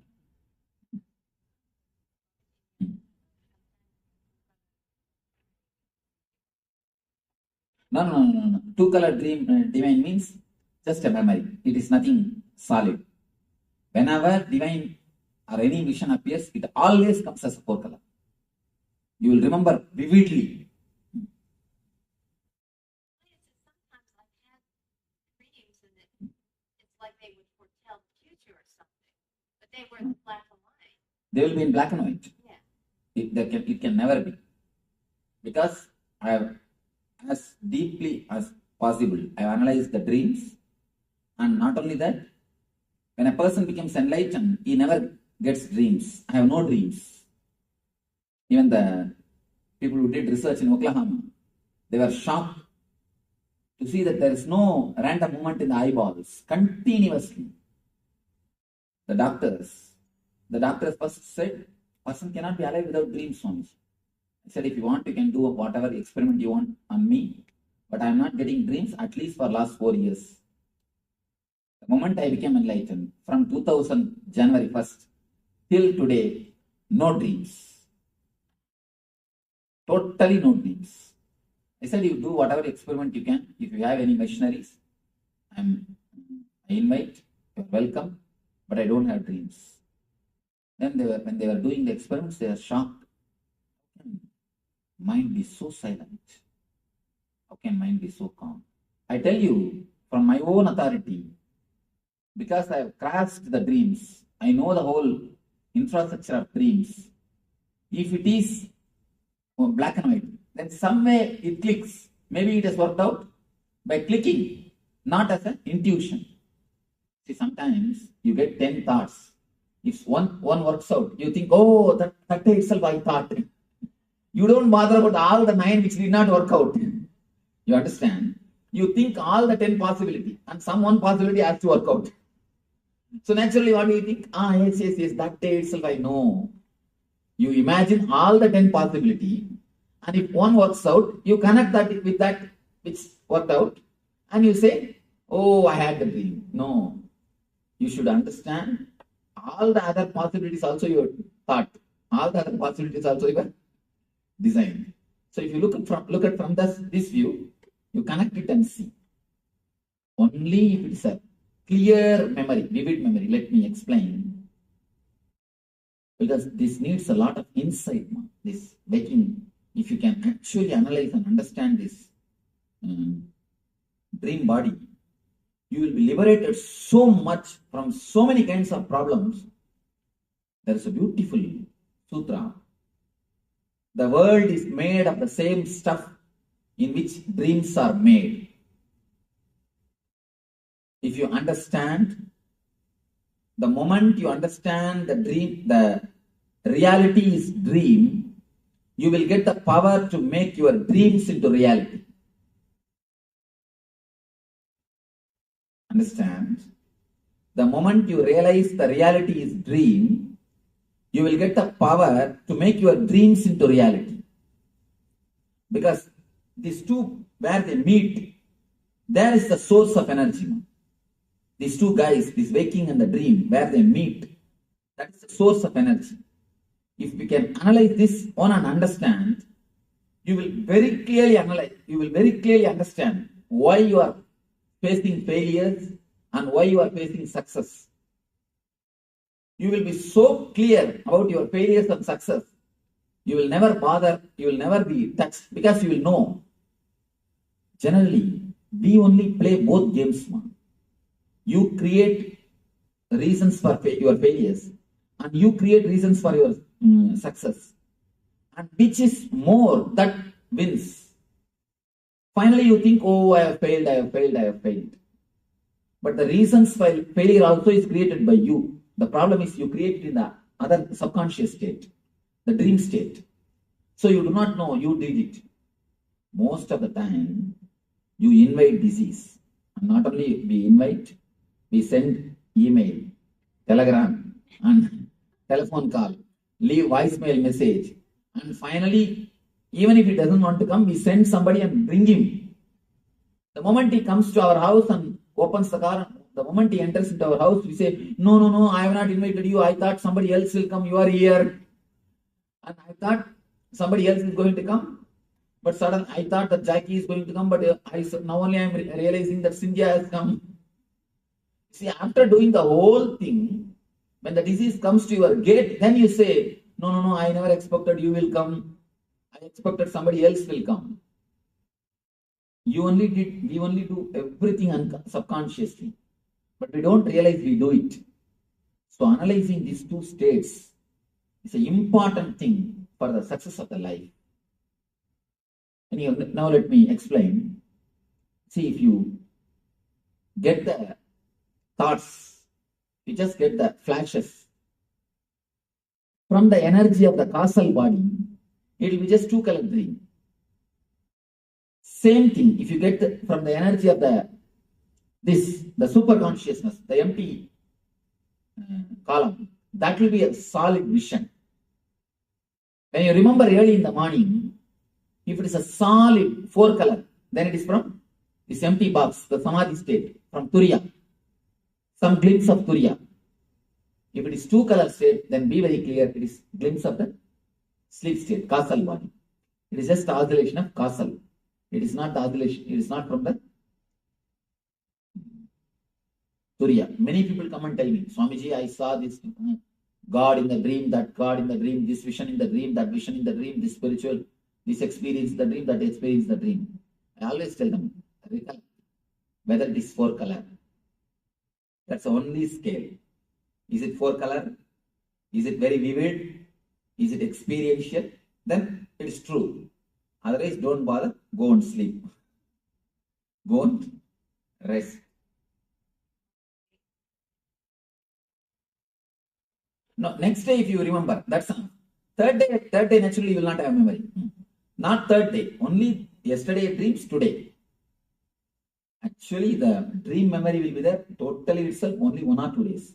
Afterwards, you cannot have it in memory. If you again and again make it very solid by remembering, it may be there. Otherwise, it can't be. The memory of the daytime itself is torturing us. If you have a little more memory after night time also, you will become mad. Anyhow, so let us analyze what is exactly dream. Dream is nothing but your suppressed desire and fear. That's all. If you want something to happen in some way, and it did not happen continuously, then you dream it and feel fulfilled. For a small example, you can understand this. I was about to say that. If you are fasting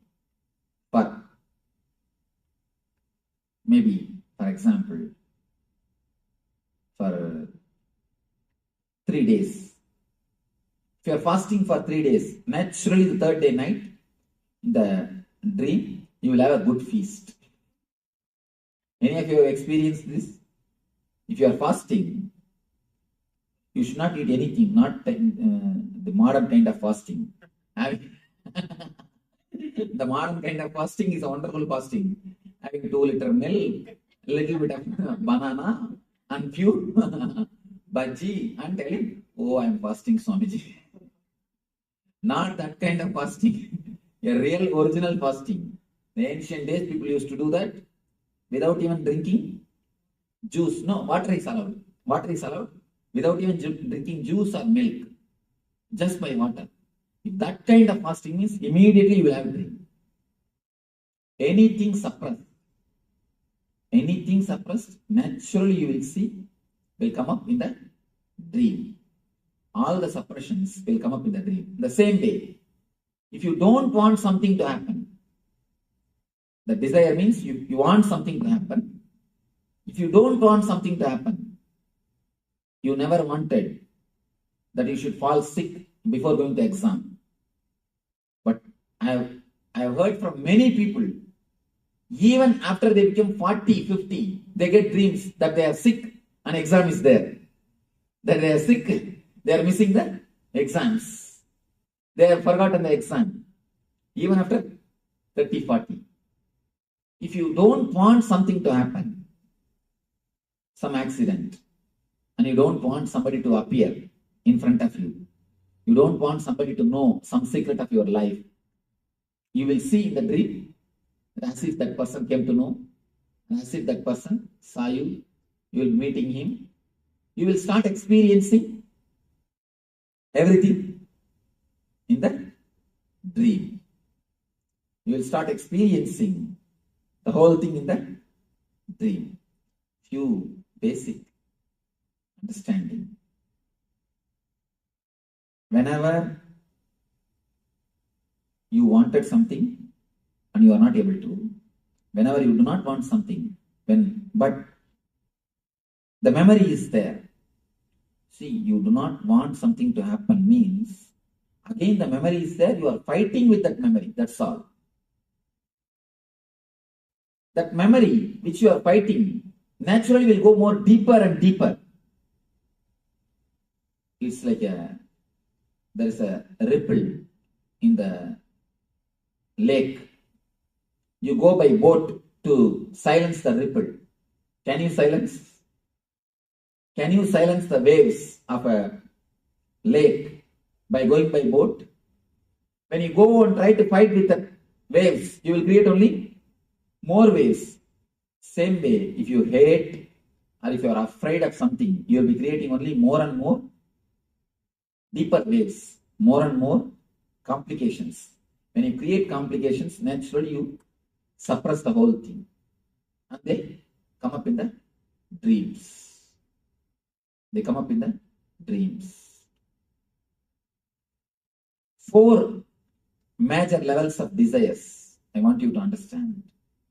4 major levels of desires, which continuously comes up in the dream.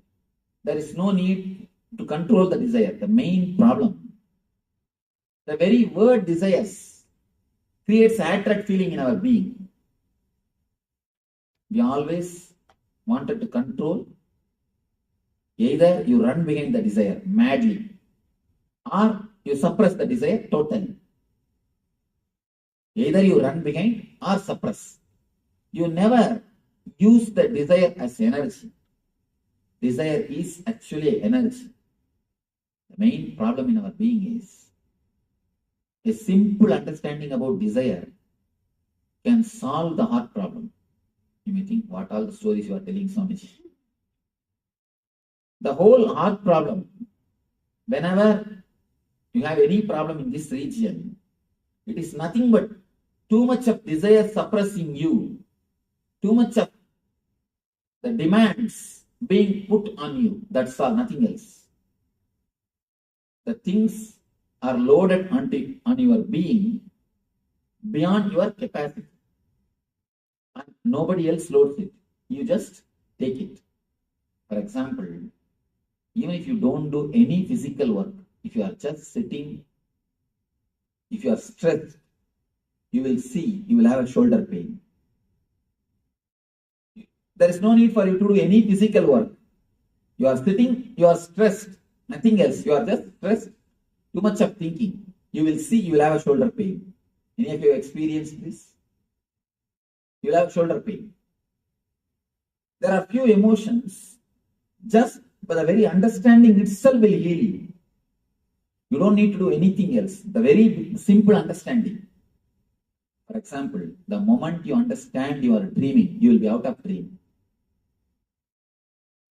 The moment you understand you are dreaming, you will be out of dream. Any of you have experienced? The moment you remember, I am dreaming, you will be thrown out of the dream. That is why in the East we have given so much of importance to knowledge. Prajnanam Brahma, we say, wisdom is God. Just knowing. There is no need to work. Working is second. Working on the dream and that, all those things are secondary. All those things are not at all. You don't even have to bother about those things. The very simple knowing will change your being. The very simple knowing. In the dream, what do you do to come out of the dream? Nothing else. Just you understand. You know it is a dream, you are out. And the same way, if you know this whole thing is a drama, you will be out. Nothing else. If you know this whole thing is just a psychodrama, simple psychodrama, you will be out. The problem is, we are afraid to know this is a psychodrama because our whole life is based on this only. The moment you understand it's a psychodrama, all your investments, or what for you ran all over the world, or what for you are running, all you are running is just to make few cars and few bungalows and to impress few people. But suddenly if God gives you intelligence, the whole thing is just psychodrama. What will happen? There is a beautiful saying by this veteran Rizal. This guy says, no, oh God, please leave my dreams unto myself. Please don't take that away. Do whatever you want. I'm not asking you to fulfill my dreams. But please don't take them away from me. It is too much. Too much to live without dreams. This guy has become later on a big atheist. Have you read any book? Bertrand Russell. This guy has wrote a book that God is dead. God is dead is declared by Nietzsche. He wrote a book, why I am an atheist, why I am not a believer. This guy. Anyhow, he prays, please God, don't take my dreams away from me. He says, living with the truth, living with the reality is too much. It proves that what for I am running, everything is just waste. According to him, it's a terrible fear. I tell you honestly, if you can understand the truth, if you can face the truth, you will be able to run beautifully. Because you know whether you win or lose, there is nothing to bother. You will enjoy very running itself. Only two things in the planet Earth. Either you enjoy the running and the reaching, or you don't enjoy both. That's all. Please be very clear. There are few ultimate laws. Either you enjoy the path and goal, or you don't enjoy path and goal both. There is no question of enjoying only the goal, not the path.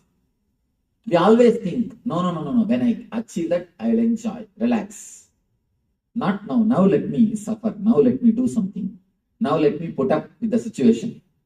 Now let me work. Now let me not bother anything. I will enjoy. I will achieve and then I will enjoy. Never. If you are not enjoying the very process itself, be sure you are not going to enjoy the goal. Because the path is made of the same stuff in which the goal is made. The goal is made of the same stuff in which paths are made. So whether you enjoy this and that, or you don't enjoy this and that both. So according to me, look deeply into this and understand dreams are the world, what you call as reality, what you feel as reality, what you think as reality is made of the same stuff in which dreams are made. One small story from Ramakrishna. One enlightened person is living in the household life. And you can sit in the chair if you want. You are not comfortable? Huh? No, you are bending this. I thought. Or you can? Maybe I will. Yes. Or you can sit comfortably, stretching your legs out, nothing wrong. See, she is comfortable. That's what women, you see, they are very comfortable.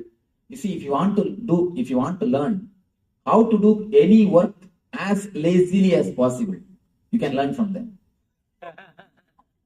Any work, how to do it without moving much of the body or any other. Because they have to handle too many things now. They have to handle too many things. So small things. They know how to do the work without moving the body much comfortably. They have expertise in moving their husband's body. So you don't agree with that? It means get some ladies and take training. See, actually it's intelligence.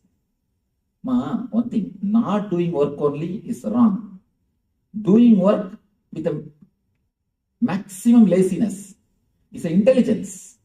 Means what? You are finding techniques, method to do the things very right way without taking much struggle, without struggling much, without taking too much stress on you. It's an intelligence. I am praising you, ma. Maybe it's a concentration. Concentrate a lot of efficiency.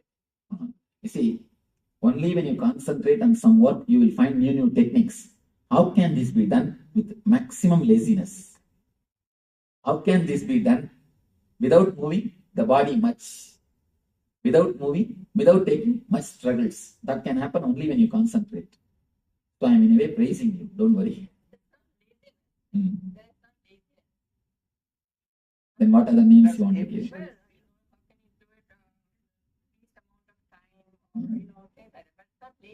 You see, you can say it in polite, beautiful terms.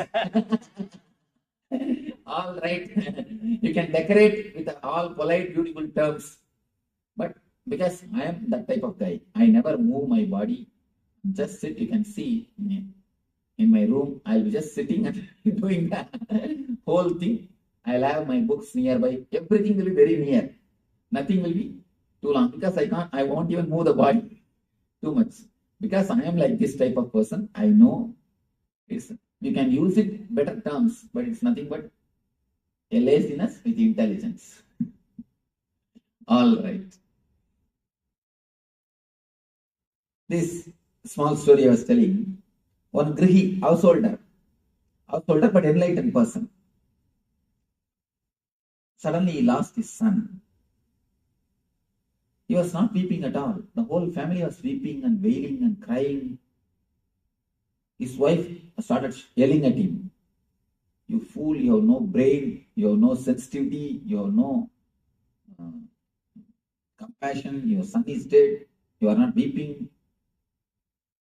Then he said, of course, little difficult to feel this is practical, but it is practical. He says, of course, don't think I am not feeling. I'm feeling. Don't think I'm not feeling compassionate. I'm insensitive. I'm feeling. But I'm worrying. Yesterday night in dreams, in my dream, I had 7 sons. I lost all of them when I woke up. Should I cry for them or cry for this one son? That is what I am thinking. There's one more small story in Zen Buddhism. This will give you much deeper insight. One Zen master, early morning, he woke up from his bed and started weeping, started crying. All disciples gathered, "Hey, you are enlightened man. Why are you weeping? What happened? You are not supposed to cry. What happened?" He said, "No, no, I dreamt as if I have become butterfly." This guy said, "What is that? It's ordinary dream. Now you are all right. You are out. Why should you weep for that?" This guy says, "No, no, no. I do not know whether I dreamt I have become butterfly or that butterfly is dreaming now it has become a master. I do not know what is happening. Whether I dreamt that I have become butterfly or that butterfly is dreaming that it has become me. How to find out? Tell me, what is the scale? How to find out? Cynthia, tell me. Answer this question. Now we are going to have a good time. Tell me, now I give you a theory. I propose a hypothesis that the conversation which is happening between you and me, you attending SSP is a dream, I say. What do you see about? How can you reject? How can you fool this? How can you prove that this theory is wrong? I can't prove You are really intelligent. You escaped. Anybody else? Any argument? Because you're seeing in 4 colors, how can you say this is not reality? When you see the dream, what do you say? What do you feel? No, you asked that, how can you say this is not reality, right? Right now what's happening? When you see a dream also, you see only in 4 colors. You won't remember when you come to this state. When you see it only in the 4 color. Then how can you say that's not reality?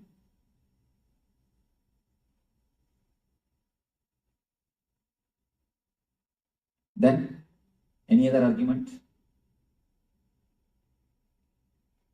Yes. every day I wake up and I'm me, and one time I dream I'm a butterfly. Now please understand. Every time you wake up, you say you are you. Okay. No, nothing wrong. You are you only. I'm not telling you are not you. It is based on the time idea. Am I right? Time, lifespan of your idea, that idea. In the dream, in one dream itself, you live your whole lifespan. You understand? Many times, you are dreamed only for 8 hours. But in the dream itself, you are born, you are growing, you are grown and finished. So, how can you say, now you are having the continuity and there you don't have continuity? There you don't have continuity because you finish it. The time span, based on time span, you can't decide. Because the very time idea itself is totally different between dream and the reality. So, in the reality, what you say, this question is based on the time-space gap. Am I right? Time-space relationship. So, the time-space relationship itself is wrong.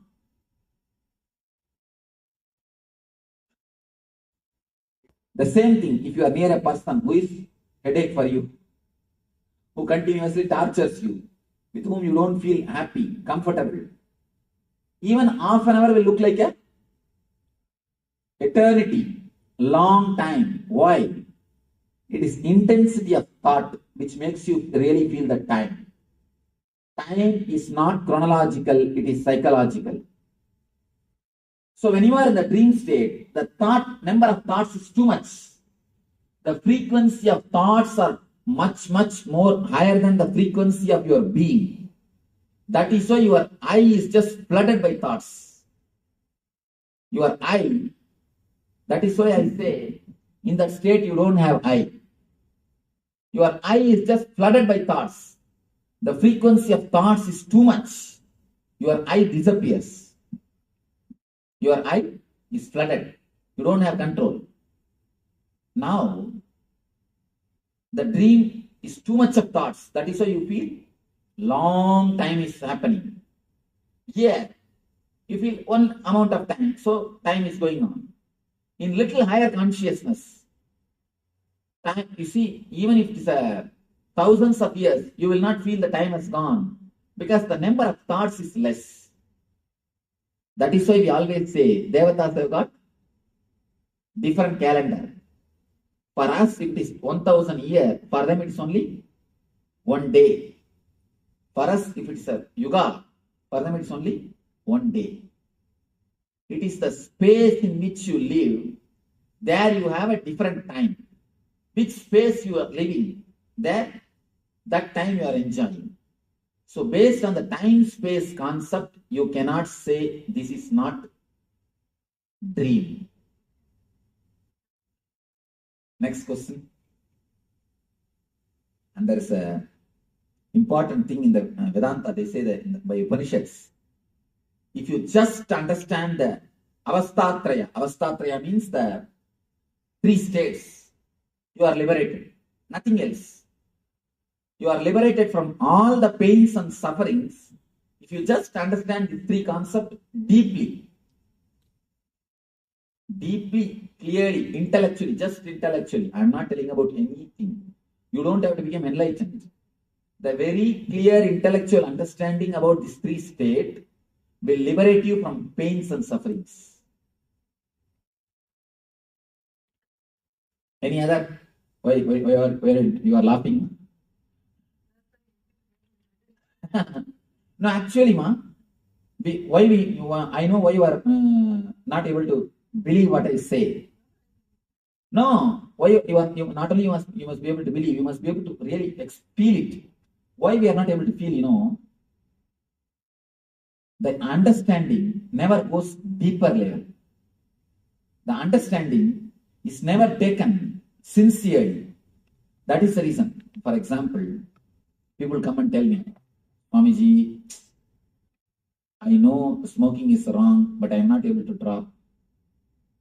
But do you say, I know touching the fire will burn me, but I am not able to stop? You don't say that.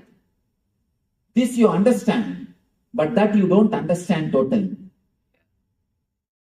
This you know solid way, that you don't understand it. Unless that person gets cancer, even if he gets, he justifies. Maybe this, maybe that, maybe because of that, maybe because of this, as if all the people who don't smoke, they don't get cancer or what. Some logic. You have some logic. You have some misunderstanding. That is the reason you say, I know smoking is wrong, but I am not able to drop. Means with full consciousness, you never understood. Now you understand with full consciousness. All these days, if you are not liberated, please be very clear. There are many people who come and tell me, no, Swamiji, I read enough of books about this avastatraya. I read so many books about this Vedanta philosophy. I am not liberated. Means what? There is some gap in your understanding. If you say that, there is some gap. Now, put your whole effort to understand it clearly and have the courage to go behind this truth. You will see it will be liberated. Liberation is not such a big task as we think, These guys have made it so difficult because they want to have monopoly. Now really, I tell you, these few guys want to have monopoly because of the 2-3 reasons. One is the particular community. Second thing, just to have the prestige from the society. Because of these few things, the concept of liberation has become too complicated now. Otherwise, you think the concept of liberation is too complicated. How can liberation be complicated if it is your nature? If it is not your nature, it is not worth achieving. Forget about it. If it is your nature, why should you achieve? It is your svabhava. It is just a small knot. That's what I am telling you. Enlightenment is not achieved by any big techniques, tapas, meditation. It is just a knack of understanding and living the life. That's all. Enlightenment is a simple knack of using your mind, using your understanding an intelligence in your life, that's all. This intelligence, this understanding, if it can clearly go into your being, if you can clearly analyze only one thing, only one important thing, you should spell out all your doubts. Only when you spell out all your doubts, only when you express all your doubts, it can be cleared. If you are lazy, no, who will ask all these questions? All right, the Swami says means it must be true only, let us leave it. If you are too lazy to spell out your questions, or if you are too bored, all right, who wants all these things? Leave it, Swamiji. Let us go to next subject. If you are too lazy to spell out, or too lethargic to understand, then you have a problem. If you really sincerely look into it, lethargic, I think understanding power. No, ma, there is no need to even to say understanding power. See, understanding power means whenever whatever words I utter, have understanding of dictionary meaning. That's enough. There is no need to go for any metaphysical understanding. There is, you see, one thing, don't be afraid at all that there is some metaphysical meaning for my words. I am not talking in any metaphysical terms. Do you understand? You see how straight I am simply opening the things. I am cutting the things clearly. Just understand my words based on Oxford Dictionary. That is enough. Dictionary meaning, not metaphysical meaning. Dictionary meaning is more than enough to give you the intelligence. Where you are stuck, where you are not able to understand, just open up. Put me the question. That's what I wanted. That's what I wanted. See, somewhere if you are locked, somewhere if it's not clicking, that's why in the Vedanta they say Upanishad. Upanishad means sitting with master, that's all. Nothing else. Just sit with master, express the questions and get the replies. That's enough. You are out of pain. See, 90% of our pains are not physical. They are emotional and psychological. And not only that, there's a thick layer of pain in your being. The thick layer of pain invites more pain. Unconsciously, you do such a kind of activities, you do this kind of deeds, which creates pain for you and which invites pain for others. Swamiji, nobody invites the disease or the pain for themselves. When it's there, we recognize it and say, I have it. One simple thing, ma. Nobody invites cancer. But if they continue to smoke, what it means? There are some other cancers that doesn't come with smoking. But those we don't invite them, they come to you. There are many diseases, ma. We may not directly invite. Our food habits invites. Our food habits are inviting. Our sleeping habits invite. But food habits, sleeping habits, whose habits, ma? Those are the habits that somebody made to us. That is what now I am telling. Now it is time for us to. My mom fed me that and my mom made me to sleep that time. That is what now I am telling. Now it is time to liberate ourselves. Create our own setup, our own understanding for ourselves. May not be, you may think it is too late. There is nothing too late. We can surely help ourselves. Yes, some question you want. I'm embark. What you're saying is that all suffering comes from misunderstanding? Yes. And not only that, if you go a little more deeper, I have gone to the deep of my mind. I tell you from my own authority. Suffering itself is nothing but the word suffering.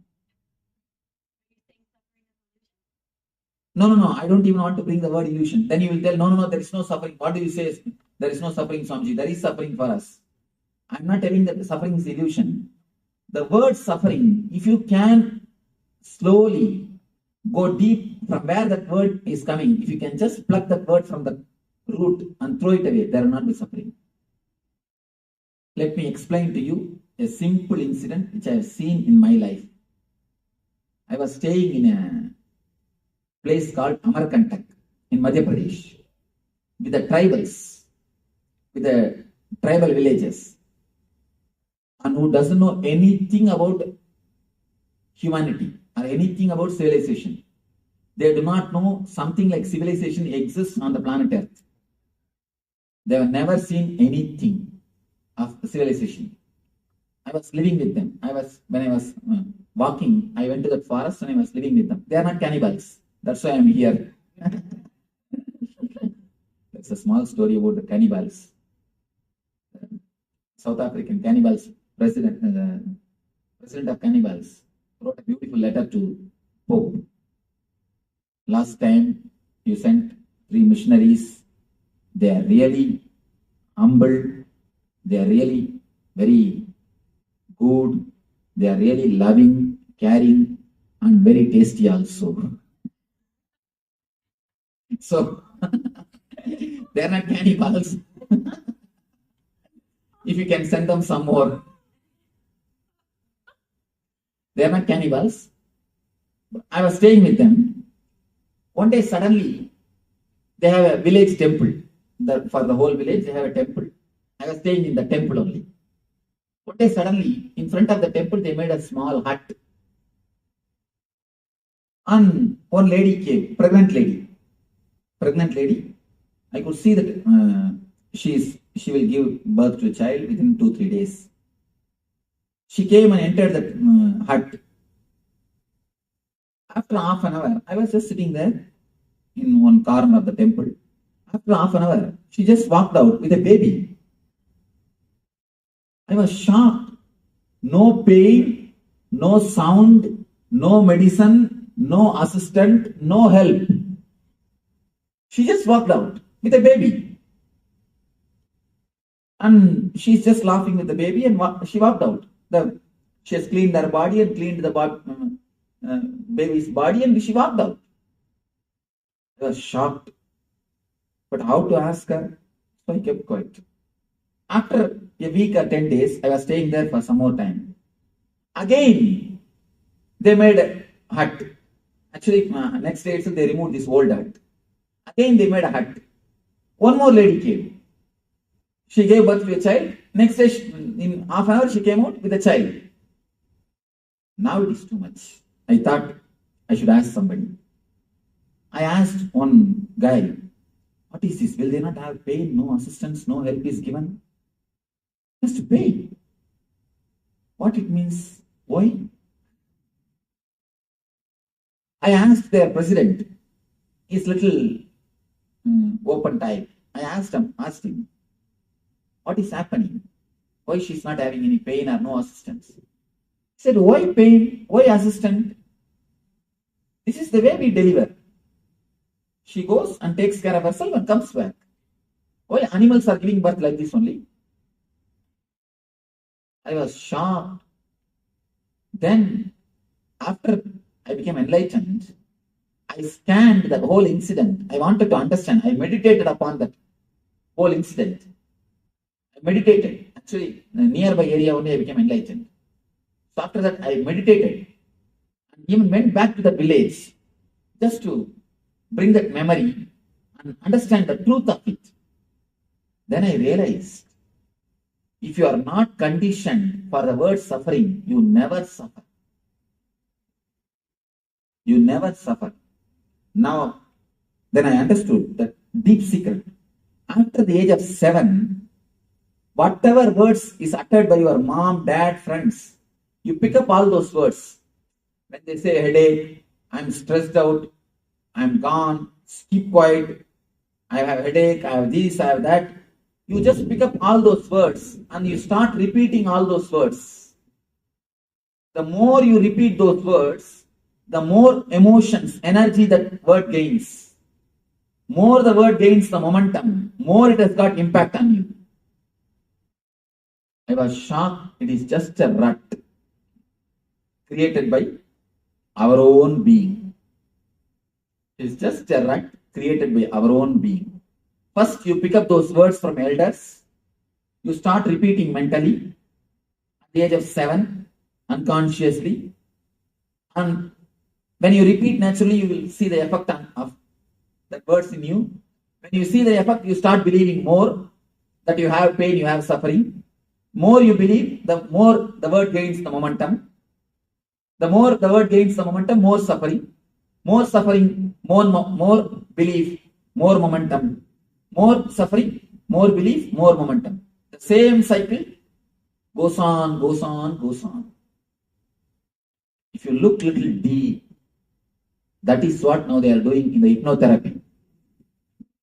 In the hypnotherapy, they hypnotize a person and they put a burning charcoal in his hand and they say, you are not getting burned. You are having a beautiful flower in your hand. You are having rose in your hand. You are having a beautiful flower in your hand. You will be surprised. Not only the person never gets burned. When they remove that charcoal, the rose smell is there in the hand. Yes, welcome back. So wonderful revelations from the Supreme Pontiff of Hinduism on reality versus dream. What is reality and what is dream? And Swamiji has beautifully shared just then about your reality being what you believe. So if you're told from birth that, for example, giving birth does not involve pain, then you will not experience pain. Similarly, Swamiji has given us a story in the past where he came across a village of people that lived a very long time.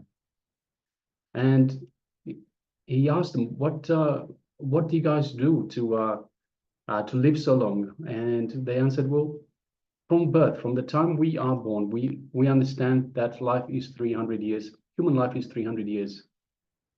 So everyone is expecting that. They're preparing their body like that. They are, because this is their belief, the body just makes it so. It is their reality. So this is their reality. And reality versus dream. So Amji also talked about what is reality, what is dream. If you can live an entire life in a dream. Similarly, we are living this life. We think that this life is real, but what if we wake up from this life as well? Then it is also a dream. It is important to understand that this life, this reality is made of the same stuff as our dreams. So understanding this, understanding that dreams and reality are made out of the same stuff, we can manipulate our reality. We can turn our reality. We can manifest anything we want. We can just give birth to it. All right.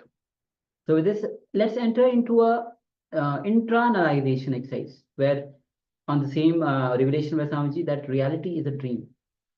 So understand that you are not the I. See, understand how you perceive, that becomes your reality. So even understanding, Swamiji was telling that even intellectually understanding, dictionary, Oxford learning or understanding, that's enough. Swamiji is not talking about some mystical things. He's just talking plain English to understand intellectually, and will be able to grasp what Swamiji is trying to say. So understand, you are not the eyes. Your eyes are just an instrument through which you are seeing. Many times you can see in your own life, many times just look back. Many times when your eyes may be open, but you are not seeing that. You are not registering the scene that you are seeing. If you could just for a second remember, it would have happened multiple times in your life. So just remember, you are seeing through the eyes. And if you look through the eyes, suddenly you will see you are witnessing everything. So when you step back and realize you are seeing through the eyes, the whole attention is on the seer. That is innocence. Innocence means having a clear understanding that whatever you see in the outer world is made of the same stuff out of which your dreams are made. Yes, so let us have a look. These are the steps. First step is getting the idea that what you see is a dream.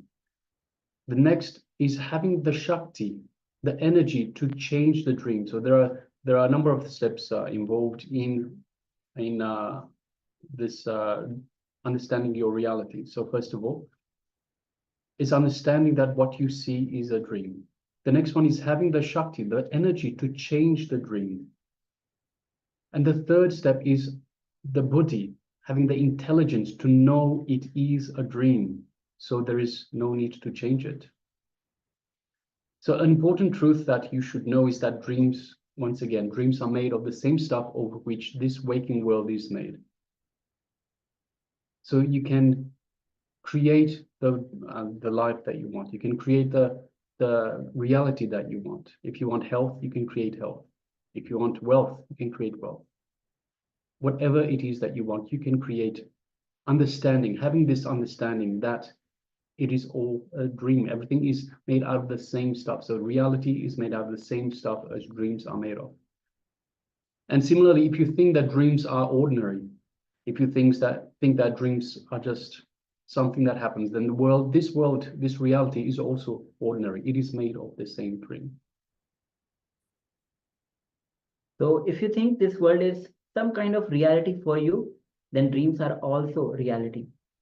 Understanding this will give you energy to make your dreams into reality. And it will give you the intelligence to understand that whatever you think as reality is nothing but one more dream. Yes, Swamiji beautifully tells us that you experience what you believe. So it's very important. Whatever it is that you believe is what is manifested. So once again, if you believe you are healthy, you are healthy. You become healthy. If you believe you are wealthy, you become wealthy. It's just a simple cognitive shift. Understanding that reality is a dream and dream is a reality. They're all made of the same stuff. So we can manipulate it, we can change it, we can manifest our life as we want. So let's enter into a small exercise where understanding that you are not the eyes, you are seeing through the eyes. Eyes are just an instrument. And look through the eyes, suddenly you will see you are witnessing everything. So, and just step back and realize that you are seeing everything through the eyes. Your whole attention is on this here. So just take a moment and let's enter into this step, this exercise.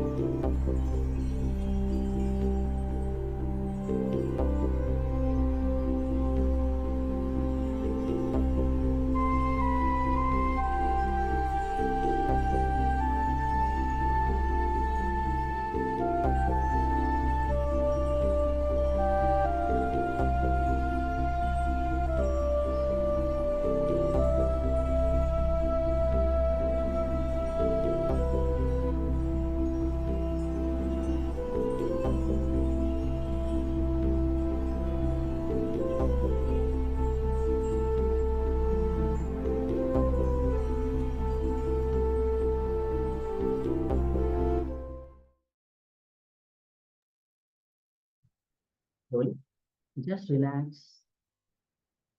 And whenever you find time, just sit and do this internalization exercise where you're just seeing and witnessing everything. All right. With this, we'll be now entering into the power manifestation round. Understand, power manifestation is your time to be in oneness with Paramashiva. When you sit with your eyes closed, connect with Swamiji. Forget everything. Forget the world, forget your relatives, forget your friends for a while.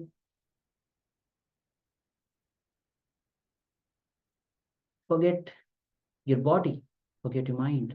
Just be in oneness.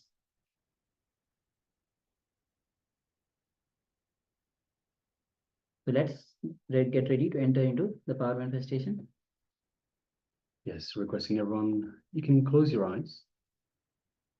Sit comfortably with the head, neck, and spine in a straight line.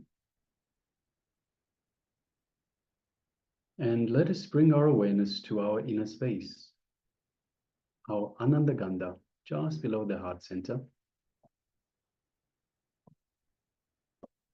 And let us remember Swamiji in our inner space. Just the mere remembrance of the Master invokes Swamiji in our inner space.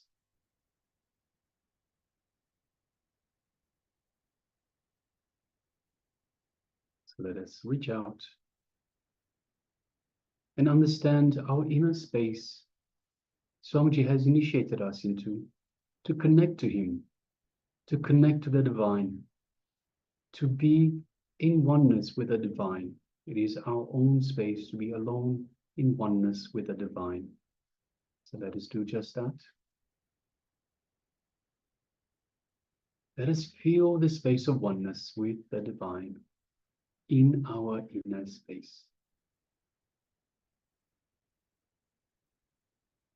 Feel you are one with the cosmos in your inner space. You are Ananda Gandha, just below the heart center.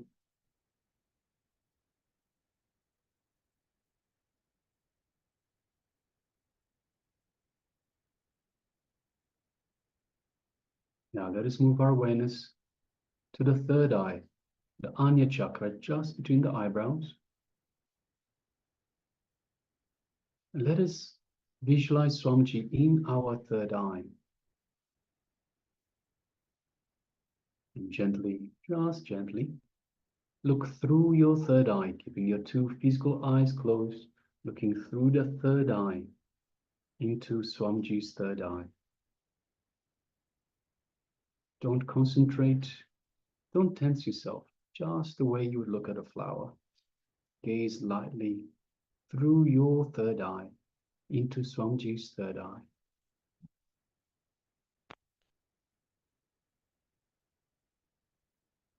As you do so, you feel an energetic connection from the Master's third eye into your third eye.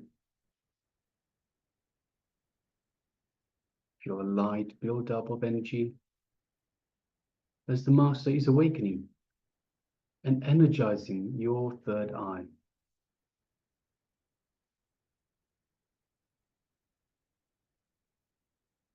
So go ahead, take a moment and feel all of that in your third eye.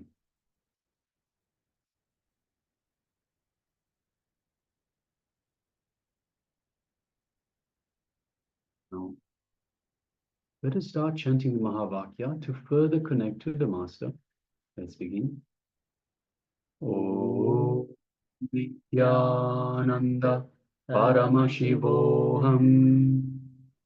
Om Nithyananda Paramashivoham.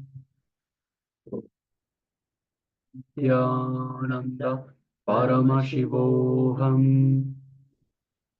Let's continue chanting this Mahavakya throughout the power manifestation.